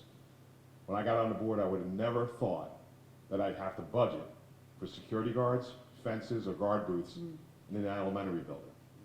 Sandy Hook was a game changer. I want to take a moment to acknowledge the work that both of our county police departments and town police departments have done throughout the years and continue to do with our school districts. They're phenomenal. They're responsive, they work together, and I echo the statements earlier that Suffolk County and Nassau County are probably not like other parts of the country where the tragedies have unfolded. It's not a guarantee that nothing would happen, but they do work very closely. Each precinct works really closely with individual school districts, and it's that collaboration and cooperation that didn't need to be mandated, because school leadership and law enforcement knew it was the right thing to do. So local control and local governance is critically important. And too often times, Albany does send down a one-size-fits-all approach, Yes. and totally does not work. In my school district that I used to sit on the board for, I have a building that was built in 1950. Then I have another building that was built in 2003. I have a building that sits on a main road, and I have one that's tucked way back. The logistics are different just within my own district for security. So I caution you to avoid that one-size-fits-all approach. What works up in Buffalo doesn't work in the North Country. What works in the North Country doesn't work in New York City, which doesn't work in Westchester, which doesn't work in Nassau, doesn't work in Suffolk. You have to look at it from a whole statewide perspective, but keep in mind local control and governance, because your boards of education, combined with your district administration, know their building, their campuses, and their communities best. So, what needs to be done that hasn't been done already? First, we need to look at the resources that are made available to our local police agencies. Suffolk County and East End Police Departments do offer school resource officers. Nassau County does it a little different. However, often these officers are spread out among districts, and their impacts are not as effective as they can or should be. For example, the SRO out in Southampton Town Police Department covers 5 public schools, which has 11 buildings. They also provide services to 11 private schools, and they have 1 full-time school resource officer. One. And I happen to know that for a fact because that's my brother. At our district, at William Floyd, we have 9,000 kids in our district. 3,000 in the high school. The SRO was shared between William Floyd, Longwood, and Eastport South Manor. One for 3 very large school systems. So I think the state needs to make sure that resources are provided to the local law enforcement agencies to expand the resources that they need to either expand the POP officers or SROs. I do know that our current police commissioner supports SROs, and they work hand in hand with the school districts to offer those services. So send the resources, get out of the way, let the local governing agencies do what they do best, what works best for their own individual communities. That's my advocacy point to you. Second, our state and federal government need to treat the mental health crisis in our communities with the same diligence and sense of urgency like we've treated this pandemic. Behavior incidents and sadly violence is on the rise dramatically in our communities, and the same is being seen with our youth. We had a looming health crisis, mental health crisis prior to the pandemic, particularly among our youth. And the pandemic has exacerbated this issue. The increase in suicide rates and attempts among our students, especially our primary grade level students, is sobering and disheartening. Mental wellness of our students and staff is a school safety issue. No question. We have to stop addressing things in individual silos and looking at things systematically across the board. You can't have a mental health crisis and just address school safety with law enforcement. They're schools, they're kids. Somebody said before, you have to connect the dots and go all the way back. Attendance issues begin in kindergarten. You could predict a high schooler's attendance rate based on how well they attended kindergarten, first grade, and second grade. Same is true with mental health issues that, if intervened early on, could be addressed so that you don't manifest a larger problem later on. There's an expression, it's expensive to be cheap. Our systems of government, when it comes to mental health, and the parity in which we treat mental health, has been cheap for far too long. And it's no surprise that it's manifested with a lot of the mental health issues that we were seeing before and that we continue to see today. Until we get serious about mental wellness among our youngest and our current adult population, we're just throwing darts at a dartboard. You're putting a Band-Aid on a big problem. Bob, what are those mental health issues? They range from, they could start off with mild depression, right? In today's day and age, social media impact on a kid, you know, how many likes they get, it is a self-esteem issue. It starts small. Prior to me taking on this role as executive director of Nassau Suffolk School Boards, I spent 30 years in the drug and alcohol business, and I never met somebody that went from nothing to heroin. It was always gradual, slow drug. Same thing with mental wellness or illness among anybody. But I will tell you, left untreated, left undiagnosed, or more importantly, the lack of access to services, and this is where you guys need to get serious, because there is no access for services for adolescents for the most part. Because the insurance industry, through reimbursement, Medicaid through reimbursement, has decimated the mental health industry. Try to find social workers, mental health counselors for adolescents today. Those that are available are being scooped up by schools left and right and leaving the community-based providers shorthanded. You think there's a teacher crisis shortage going on? There's been a crisis for mental wellness and mental health workers for far too long. And it's always been treated as the stepchild. Well, guess what? Admissions to the emergency rooms. Over 50% of the admissions to the emergency rooms probably could be alleviated because there's a lot of comorbidity with mental health and substance abuse issues when they get to that door. How expensive is an emergency room visit compared to treating mental health or substance abuse early on? So we need to get serious about that. And we need to put the same sense of urgency like we've seen what can be done when we're dealing with a pandemic. This is an epidemic that has been going on far too long. How many hundreds of thousands of people do we need to lose for overdose that also have a co-occurring mental health disorder, and they're getting younger and younger? Suicide rates among primary grade levels kids are up 60, 70%. We're talking elementary students taking their own lives. Assemblyman Fitzpatrick. A follow-up. There's a palpable sense of excitement in certain quarters about the opportunities with legalization of cannabis. Yep. Now, I've heard from many school people, there's a real concern, because if it's in the home, it's gonna be in the schools. And the problems in the home will find their way into the school.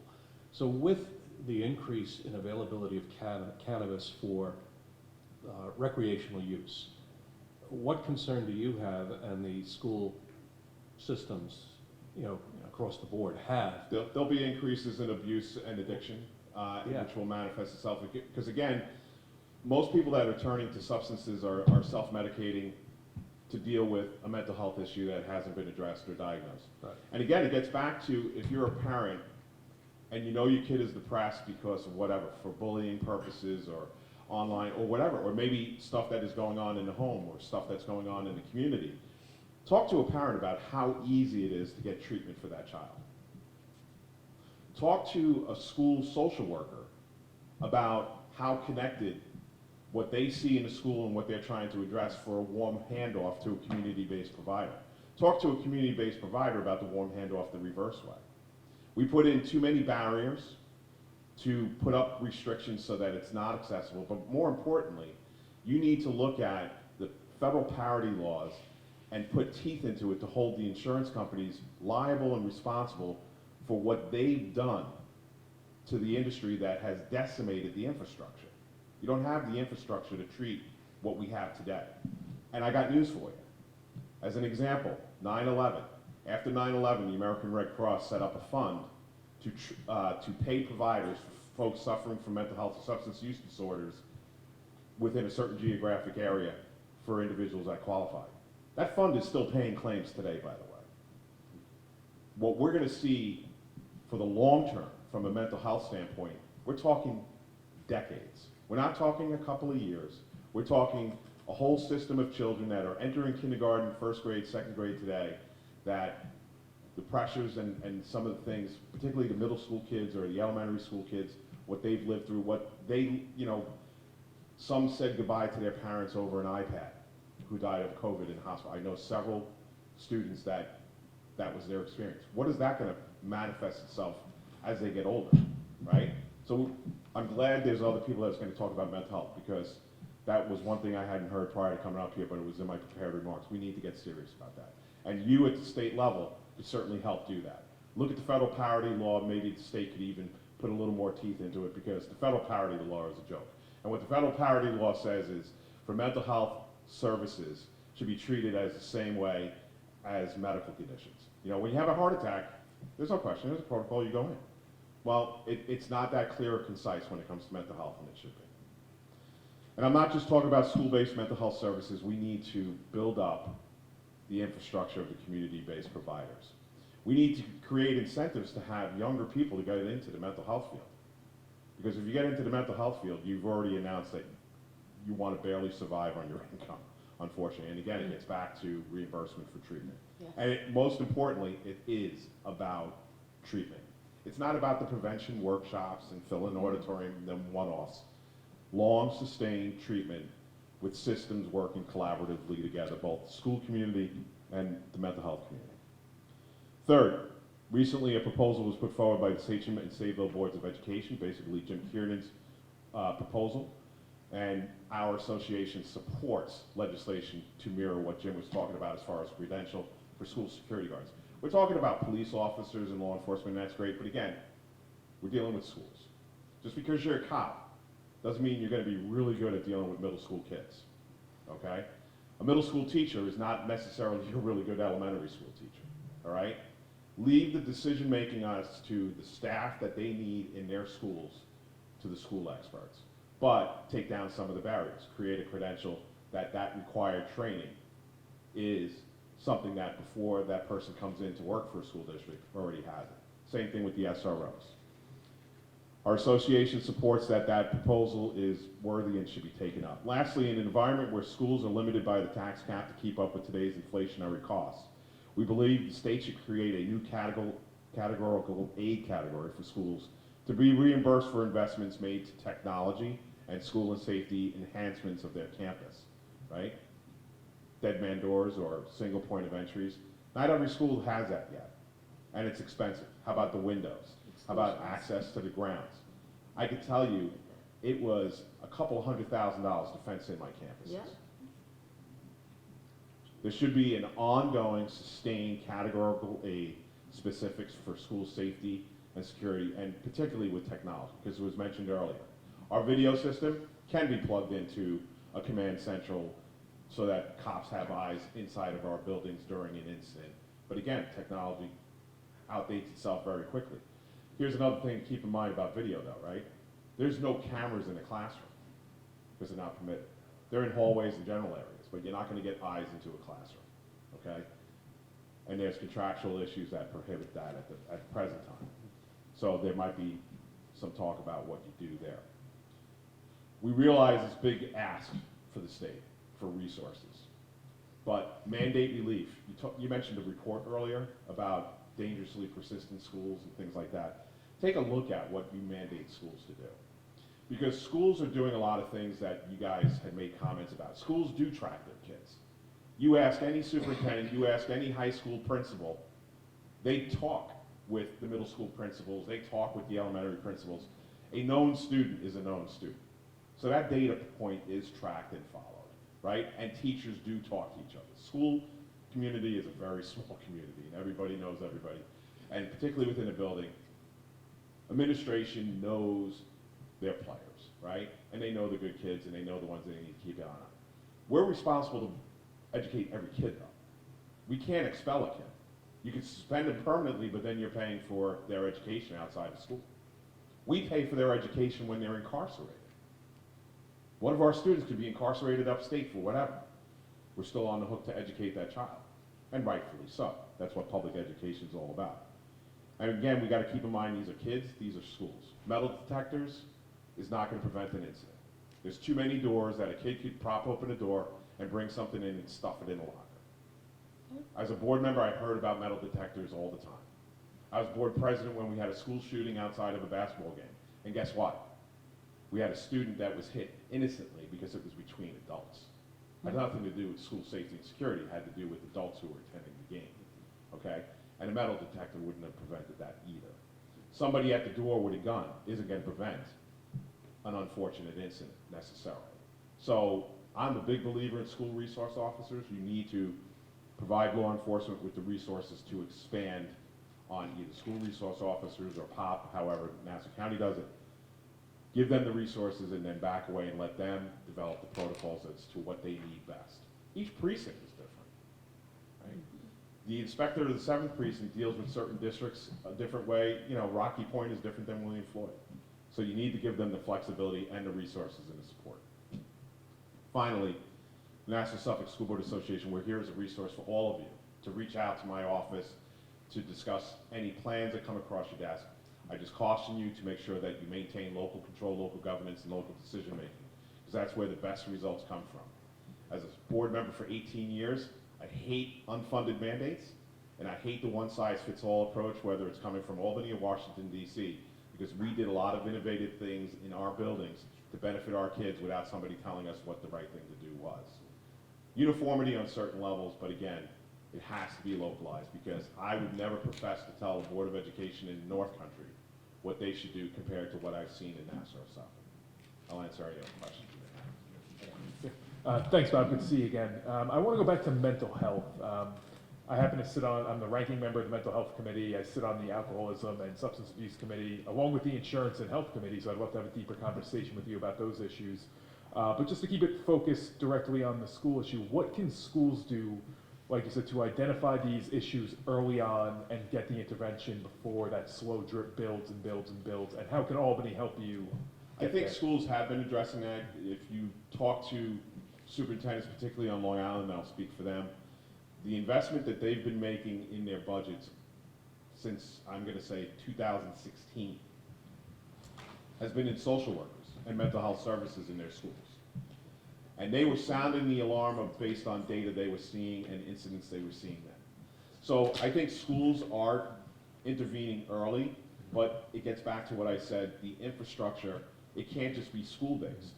It's got to be that warm handoff of the social worker then working with a community-based provider to go beyond the services for individual psychotherapy services or family psychotherapy services that would take place outside the school.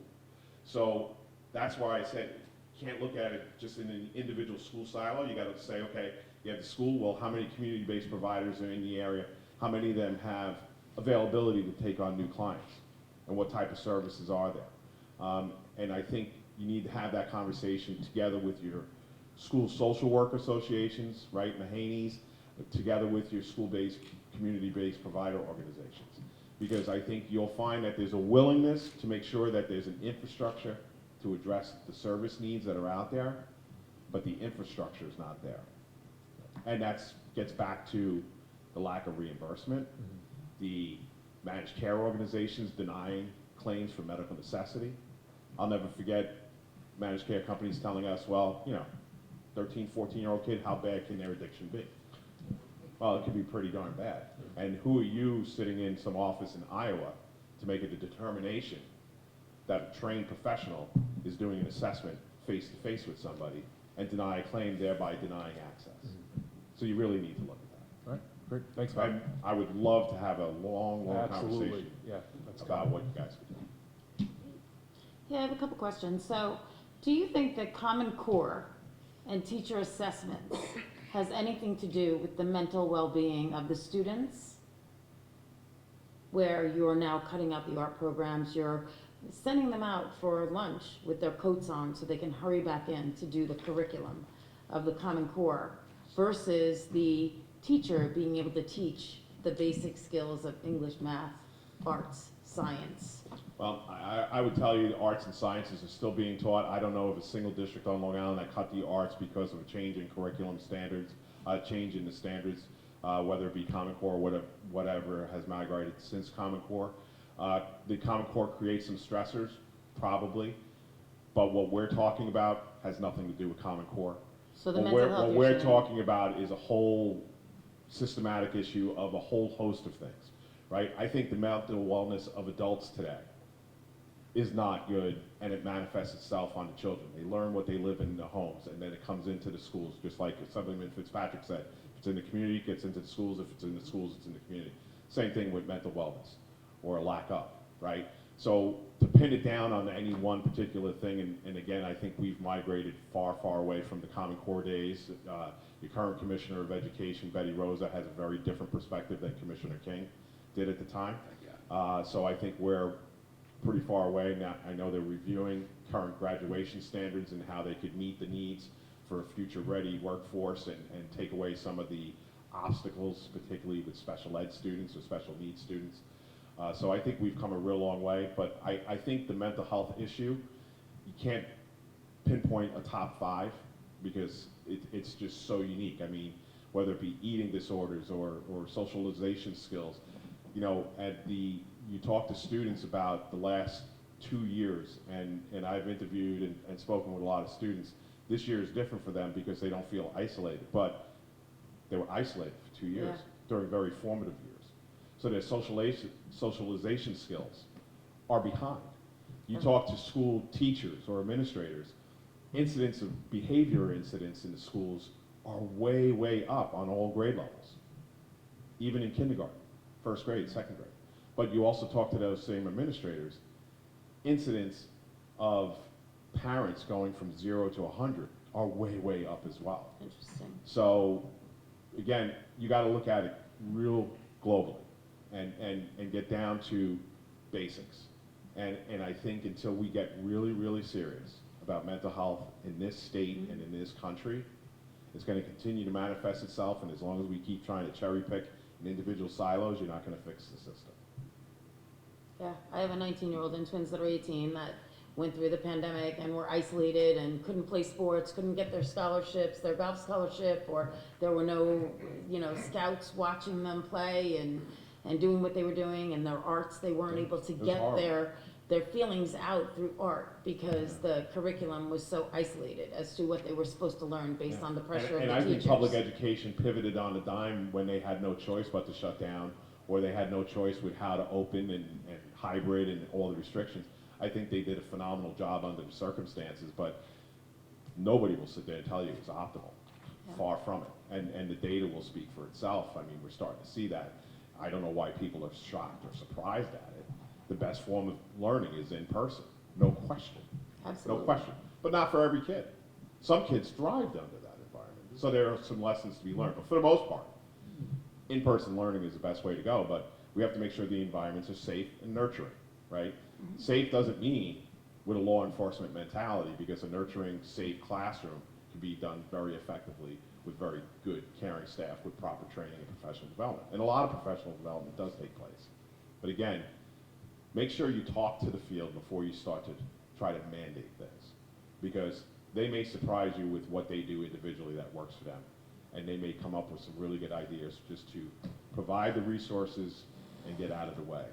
But then be accountable for the results. Yeah, I completely agree with local control. Bob, give me 3 mandates you'd love to eliminate right off the top.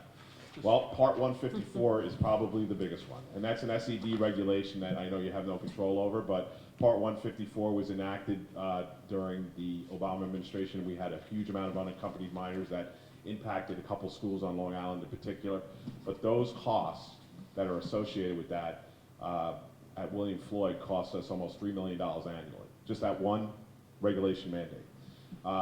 There are about 150 mandates for special education under IDEA. New York State has like another 110 mandates on top of what IDEA pays for, mandates. And keep in mind, the federal government is supposed to pay 40% of the excess costs of the IDEA. They only pay about 17%, right? So that's a huge unfunded mandate from the federal government. Then the state of New York tacks on another bunch of mandates, which further increase costs at a local level. Now, what specific mandates under special education, you gotta be careful, right? Because every mandate is well-intentioned, okay? But you could take a look at things that were mandated 30 years ago that maybe are not even applicable but are still on the books. So what I would suggest to you, and Assemblyman Fitzpatrick, I could get you specifics, because I've done this tons of times. Give me a list of your top 10. We send a list and never hear back again, right?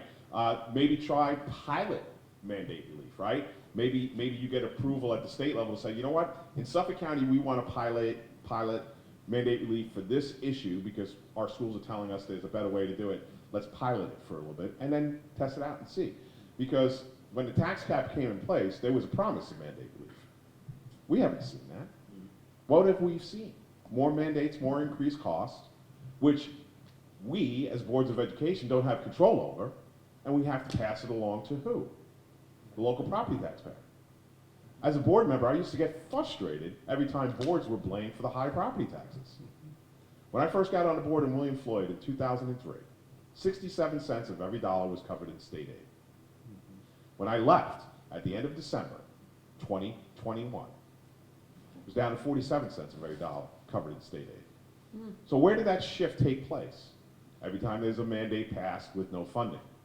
Every time there's an increased cost that we have no control over. And there's only 3 sources of revenue for schools.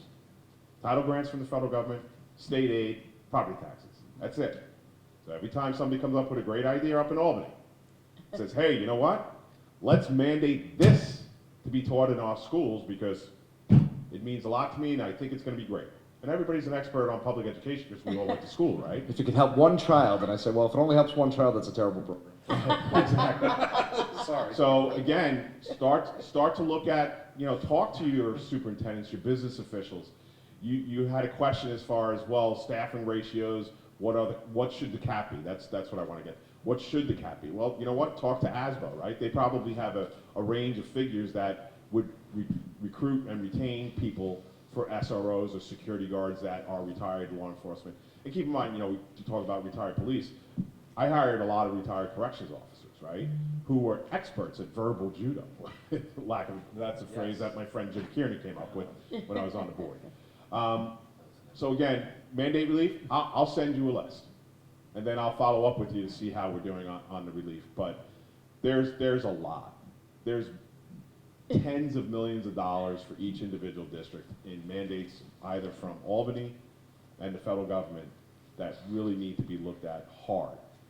And until you give the flexibility for the local control and governance with accountability, okay? Because I'm all for local control, and if I want to own it, then I'm gonna own the results too, right? Right. And that's where the uniformity could come in as far as the expectations. But I know when I was board president in 2007, our graduation rate was 67%. We had beautiful campuses, our graduation rate when they changed the cohort reporting was horrible. When I left, it was 90%. It didn't increase because Assemblyman Fitzpatrick passed a mandate to increase my graduation rate. We came up with creative ways within our system locally at William Floyd to bring it up from 67 to 90%. And that is going on in school districts all across Long Island. High performing, low performing. You've got some really talented folks out there that know how best to deliver education to their kids and their communities. And I implore you, just stay away from that one size fits all. It's so funny, I'm looking through all these bills, like, that are That's so great. reactionary. Okay. Be proactive and not reactive. That's what I would say. Thank you so much, Bob, and thank you for your work, not only at William Floyd, but across Long Island, serving our community. So thank you so much. Next up, and I think we may be closing after this, on the issue of mental health. We're joined by Robert Howard and Chris Brown. Okay.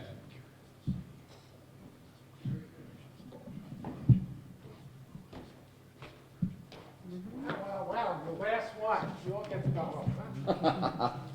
Thank you so much for having me. My name is Bob Howard. I am president and CEO of what I call the KEYS Project. The KEYS Project stands for Keeping Educational Institutions Safe. My background is that of a licensed clinical social worker, Adelphi University graduate, master's program, and DSW. I'm trained as a classical Freudian analyst, child, adolescent, and adult. I'm trained in EMDR. I'm a disaster mental health instructor, a member of the disaster mental health team. I'm trained in Ericksonian hypnosis, in addition to a variety of other things. I'm here today to talk to you about school safety. And this is an idea that started back in 1999 when I was a line clinician at an agency after the Columbine school shooting. And we were plagued with school shootings, threats, and we didn't know how to respond. Currently today, in our schools, 41% of high school students don't feel safe. 33% of high school students are fearful of school shootings, and 37% of parents are afraid of school shootings. So we're crossing into a realm now, and I've heard a lot of things about law enforcement and law enforcement responses, and I think they're all wonderful things. My opinion is really one that once the shooting starts, it's too late. We should stop it before it starts. And we have the resources to do that if you know what to look for and you know how to do it. After Columbine, the Journal of Adolescent and Pediatric Medicine, volume 155, did a study on one school in Pennsylvania. They anticipated 3 threats in the 50 days that followed the Columbine shooting, of a school shooting threat. They had 354. That's better than 7 threats a day. After Parkland, the number increased to 10 threats a day. You now suffer from cry-wolf syndrome, because every day you're getting threat after threat after threat, and you don't know what's credible. And worse than that, you don't know how to assess it and how to make a judgment on it. Our government has spent over $3 billion in terms of creating solutions. Interestingly enough, the solutions they came up with, virtually no one in education knows about them. In addition to that, what's also fascinating is I came to the same conclusion in my garage by myself. So we have a thing here. We're talking about law enforcement responses and what are you going to do with parents and how you're going to prevent them from showing up. After the Uvalde shooting, you had a mother who had no weapon, who went to the school and got her 2 children out. You know what's coming next? Parents are going to come to schools with guns now. I want my kid, and you're not going to stop me. You're going to have a war on another front. It's got to be stopped before we start. So it's one of our problems. The other fascinating component here, if you look at the research here, one of the things that supports the criterion that makes a school shooter are virtually identical to what causes someone becoming a homegrown terrorist. There's only one distinction, and that's a point of ideology. The New York Times did a wonderful study several years ago, and they determined that a Sung Lee Cho or an Adam Lanza or a Nicholas Cruz, if they grew up in the West Bank, could have very easily been radicalized. So this is a point that's there, and it's all before us right now. Recently, right, in a study of the top 10 fears of kids, 19% of kids are fearful of another potential terrorist attack, right? ISIS has now taken over Afghanistan. Osama bin Laden got permission from a Muslim cleric to kill 1 million American students as part of the Islamic Jihad that, to my understanding, has not stopped. We saw a terrorist attack 2004, it goes back a while, in Beslan, Russia, where the terrorists came in and took over a school. So the threat is really viable here. 92% of school resource officers today highlight our schools as soft targets for terrorism, and that really does apply to the school shooting problem that we face as well. So we're stuck in this particular place right now. We have an opioid crisis. We're spending $95 billion a year on an opioid crisis. The Trump administration did a study that would cost $504 billion to overturn it. How is this going on when we're not stopping it before it starts? It's easier to prevent disease than to treat it once you have it. And yet, nothing is being done here. Bullying is costing us, on average, about $2.3 billion a year. But it's more interesting than that. Most school bullies by the age of 24 have been arrested at least once. And they're 8 times more likely to abuse their spouse. These are things that can be ratted out in schools, and bullying has to be addressed on two sides, the victim and the victimizer, because there are children that bring victimization on themselves, and it has to be worked out on both ends. This is important, right? We look at crime and graduation. We talk about things. We spent $3.41 trillion on crime, and this statistic blows me away. The New York City Comptroller did a study on crime. If you're arrested in New York City, it costs $925 a day to incarcerate a person for a year. I don't make $925 a day. I don't know if you guys do. That's the cost. Yet we know if we increase graduation rates by 10%, we reduce crime by 20%. Think about the numbers of what we're talking about here. Think about when you're selling a budget to parents, well, my kid's graduated and there's no point anymore. Look what we have. Schools are constantly being called upon as shelters in terms of disaster or emergency situations. Every time there's a hurricane, the Red Cross has taken over a school and we're going to shelters. 9/11, and I was there, Stuyvesant High School was the EOC. So we're constantly using our schools for all these places time and time again. We're spending pre-pandemic $1 trillion on welfare. You have a high school diploma, you're off in 4 years. That's pretty impressive as compared to being on for the rest of your life. These are significant things. We go into mental illness, and that, of course, is part of what I do and part of my circumstance here. The average onset, according to the National Institute of Mental Health, by age 14, 75% of all mental health issues emerge then. Yet the first time a person receives treatment is usually 10 years later. Why? How is it that a study out of BU, 78% of all the students there report mental health issues are a problem for them, and yet they're not being addressed earlier? On average, you can have 3 guidance counselors, a social worker, and a psychologist in a school. The average national ratio is 265 to 1. 265 students for every 1 mental health professional in a school. You can't solve it. Yet, you have the solution right in front of you that nobody's using. You have something called Child Clinic Plus. It partners with your mental health clinics and it brings them into schools, and nobody's using it. You have a very small ratio of people there, and it's not getting done. So we're failing. Suicide is going up, of course, significantly. That's a $70 billion a year industry, and I'm talking about adolescents now nationally, that we're losing, we're spending money on. All of these are problems that are all very correctable. Our program is based on a generalized format that adjusts to the individual needs of each school. And it has to be a state-based solution. Why? Very simple. First thing is first. You can't overburden a school district and then say to them, you're responsible for training your staff. And they bring in an expert. And then the next year, 3 of my teachers retire, 2 go somewhere else, whatever else it is. And now what? Now I got a gap. I got a hole. It doesn't work for us. So it's a major shortfall. Unless we forget over at Newtown, the largest body count was in a classroom of a substitute teacher. So I agree, generic emergency disaster plans are as worthless as they get. That comes from the National Center for School Safety, and I completely agree. But if you get one and you can adjust it to the needs of the individual school and adapt, now we've got a win on the board. And, by the way, all that money spent on ratting out the school shooter problem through threat assessment, we've expanded it out and applied it to all these other areas. We're using a very similar format. We also made it idiot-proof, which is not so easy to do, believe it or not. We made it idiot-proof. I made it simple. I believe in simple all the time. So it's one of the key components here. We have a provision to address unknown problems. We have a recent problem that developed where there's a threat of kidnapping that was going around on Long Island. I don't know if you guys caught it on News 12, okay?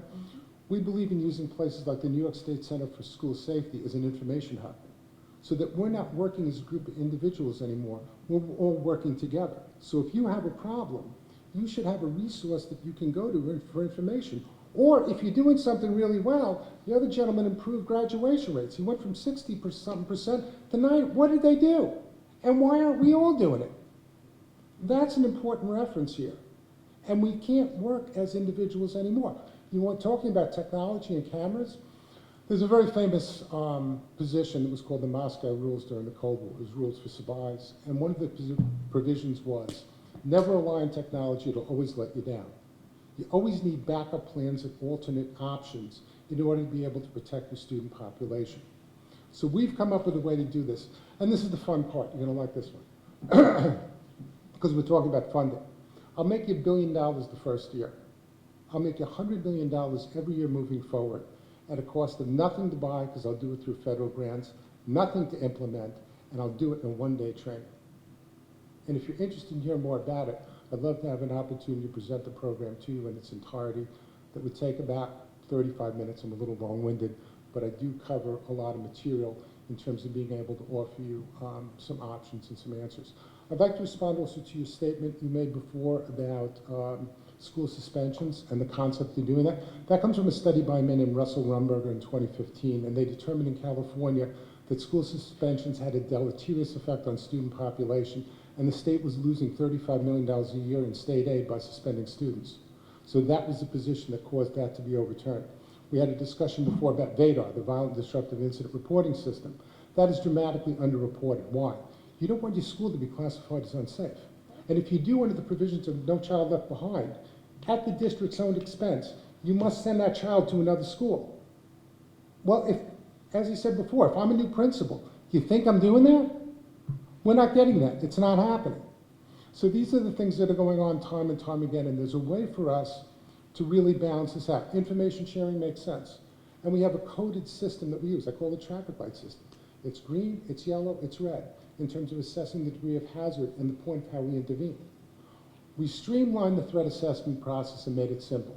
If you look at the original one done by Mary Ellen O'Toole, School Shooter Threat Assessment Perspective, which was groundbreaking. She took education and she applied threat assessment to it. Try and do it.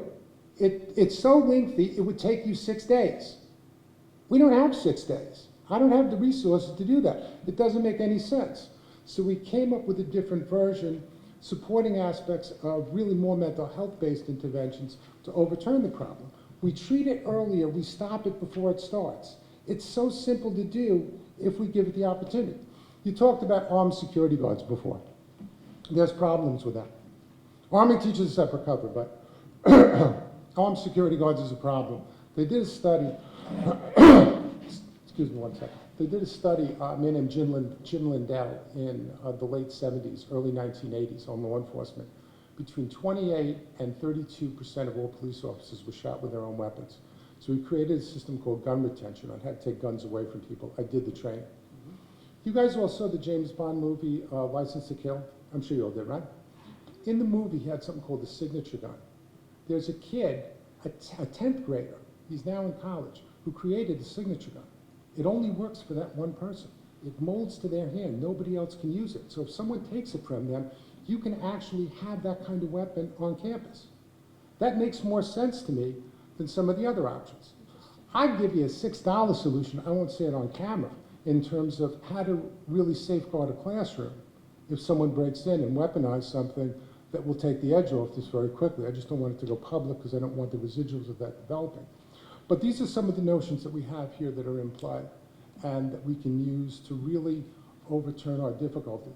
They did a study also, by the way, about arming teachers. Washington Post did it in 2012. And the reason, bringing in, SROs to all schools, they did it in 2012. They determined that it would cost $5.5 billion. That's why the arming teacher development came into play, one of the key factors. The other was the average mass shooting or school shooting in general lasts 480 seconds. Average police response time is between 5 and 30 minutes. So that was your other argument for that, about having someone on site. But we've all seen incredible failings of law enforcement. They have the Alert Center, which trains police officers specifically, and if you want to have fun, it's on Comedy Central. Jordan Klepper does it and runs through it. If you get a chance, watch it. He wants to be the good guy with the gun. He goes through all the NRA training, but then goes through the alert center, and he fails miserably. He shoots a student by mistake, the police show up and shoot him by mistake. I mean, there's all sorts of comedy of errors that goes with it. But, you know, as Freud said, all jokes should be seen as a declarative statement, so there's some justice here in the context of the story. So if you have any questions, I'd love to have an opportunity to answer anything you might have. If I could just start, thank you so much, that was very comprehensive, and I appreciate the other day you came to my office and we discussed this It was as a well. good time, yeah. Thank you, I appreciate that. One of the things that you mentioned the other day and also today, the New York State Center for School Safety and the concerns about, you know, what they're actually providing for school What they districts. do is they make some very interesting newsletters. I make my whole team read them over and over. I think I'm the only one who reads them. But no, and they're not bad, by the way. They do make sense, but you need that mindset, right? You're mandated, was the National Response Plan and the National Response Framework. You're mandated for the Incident Command System. When you took your violence prevention training course, you're mandated to do that. We had the discussion, what's your ICS position title? You don't know.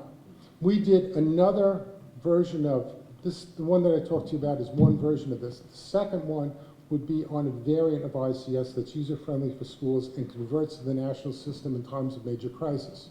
So it adjusts. The third part is on natural disasters, because schools use the shelters. There's justice with that, including the pandemic. And we try and make it fun. So what we did is we stole from the CDC. They did the zombie apocalypse. So that's what we use as the baseline for the training to try and make it interesting, because it's more fun to defend against zombies than it is to talk about this kind of stuff. So we've been down the road through all of that.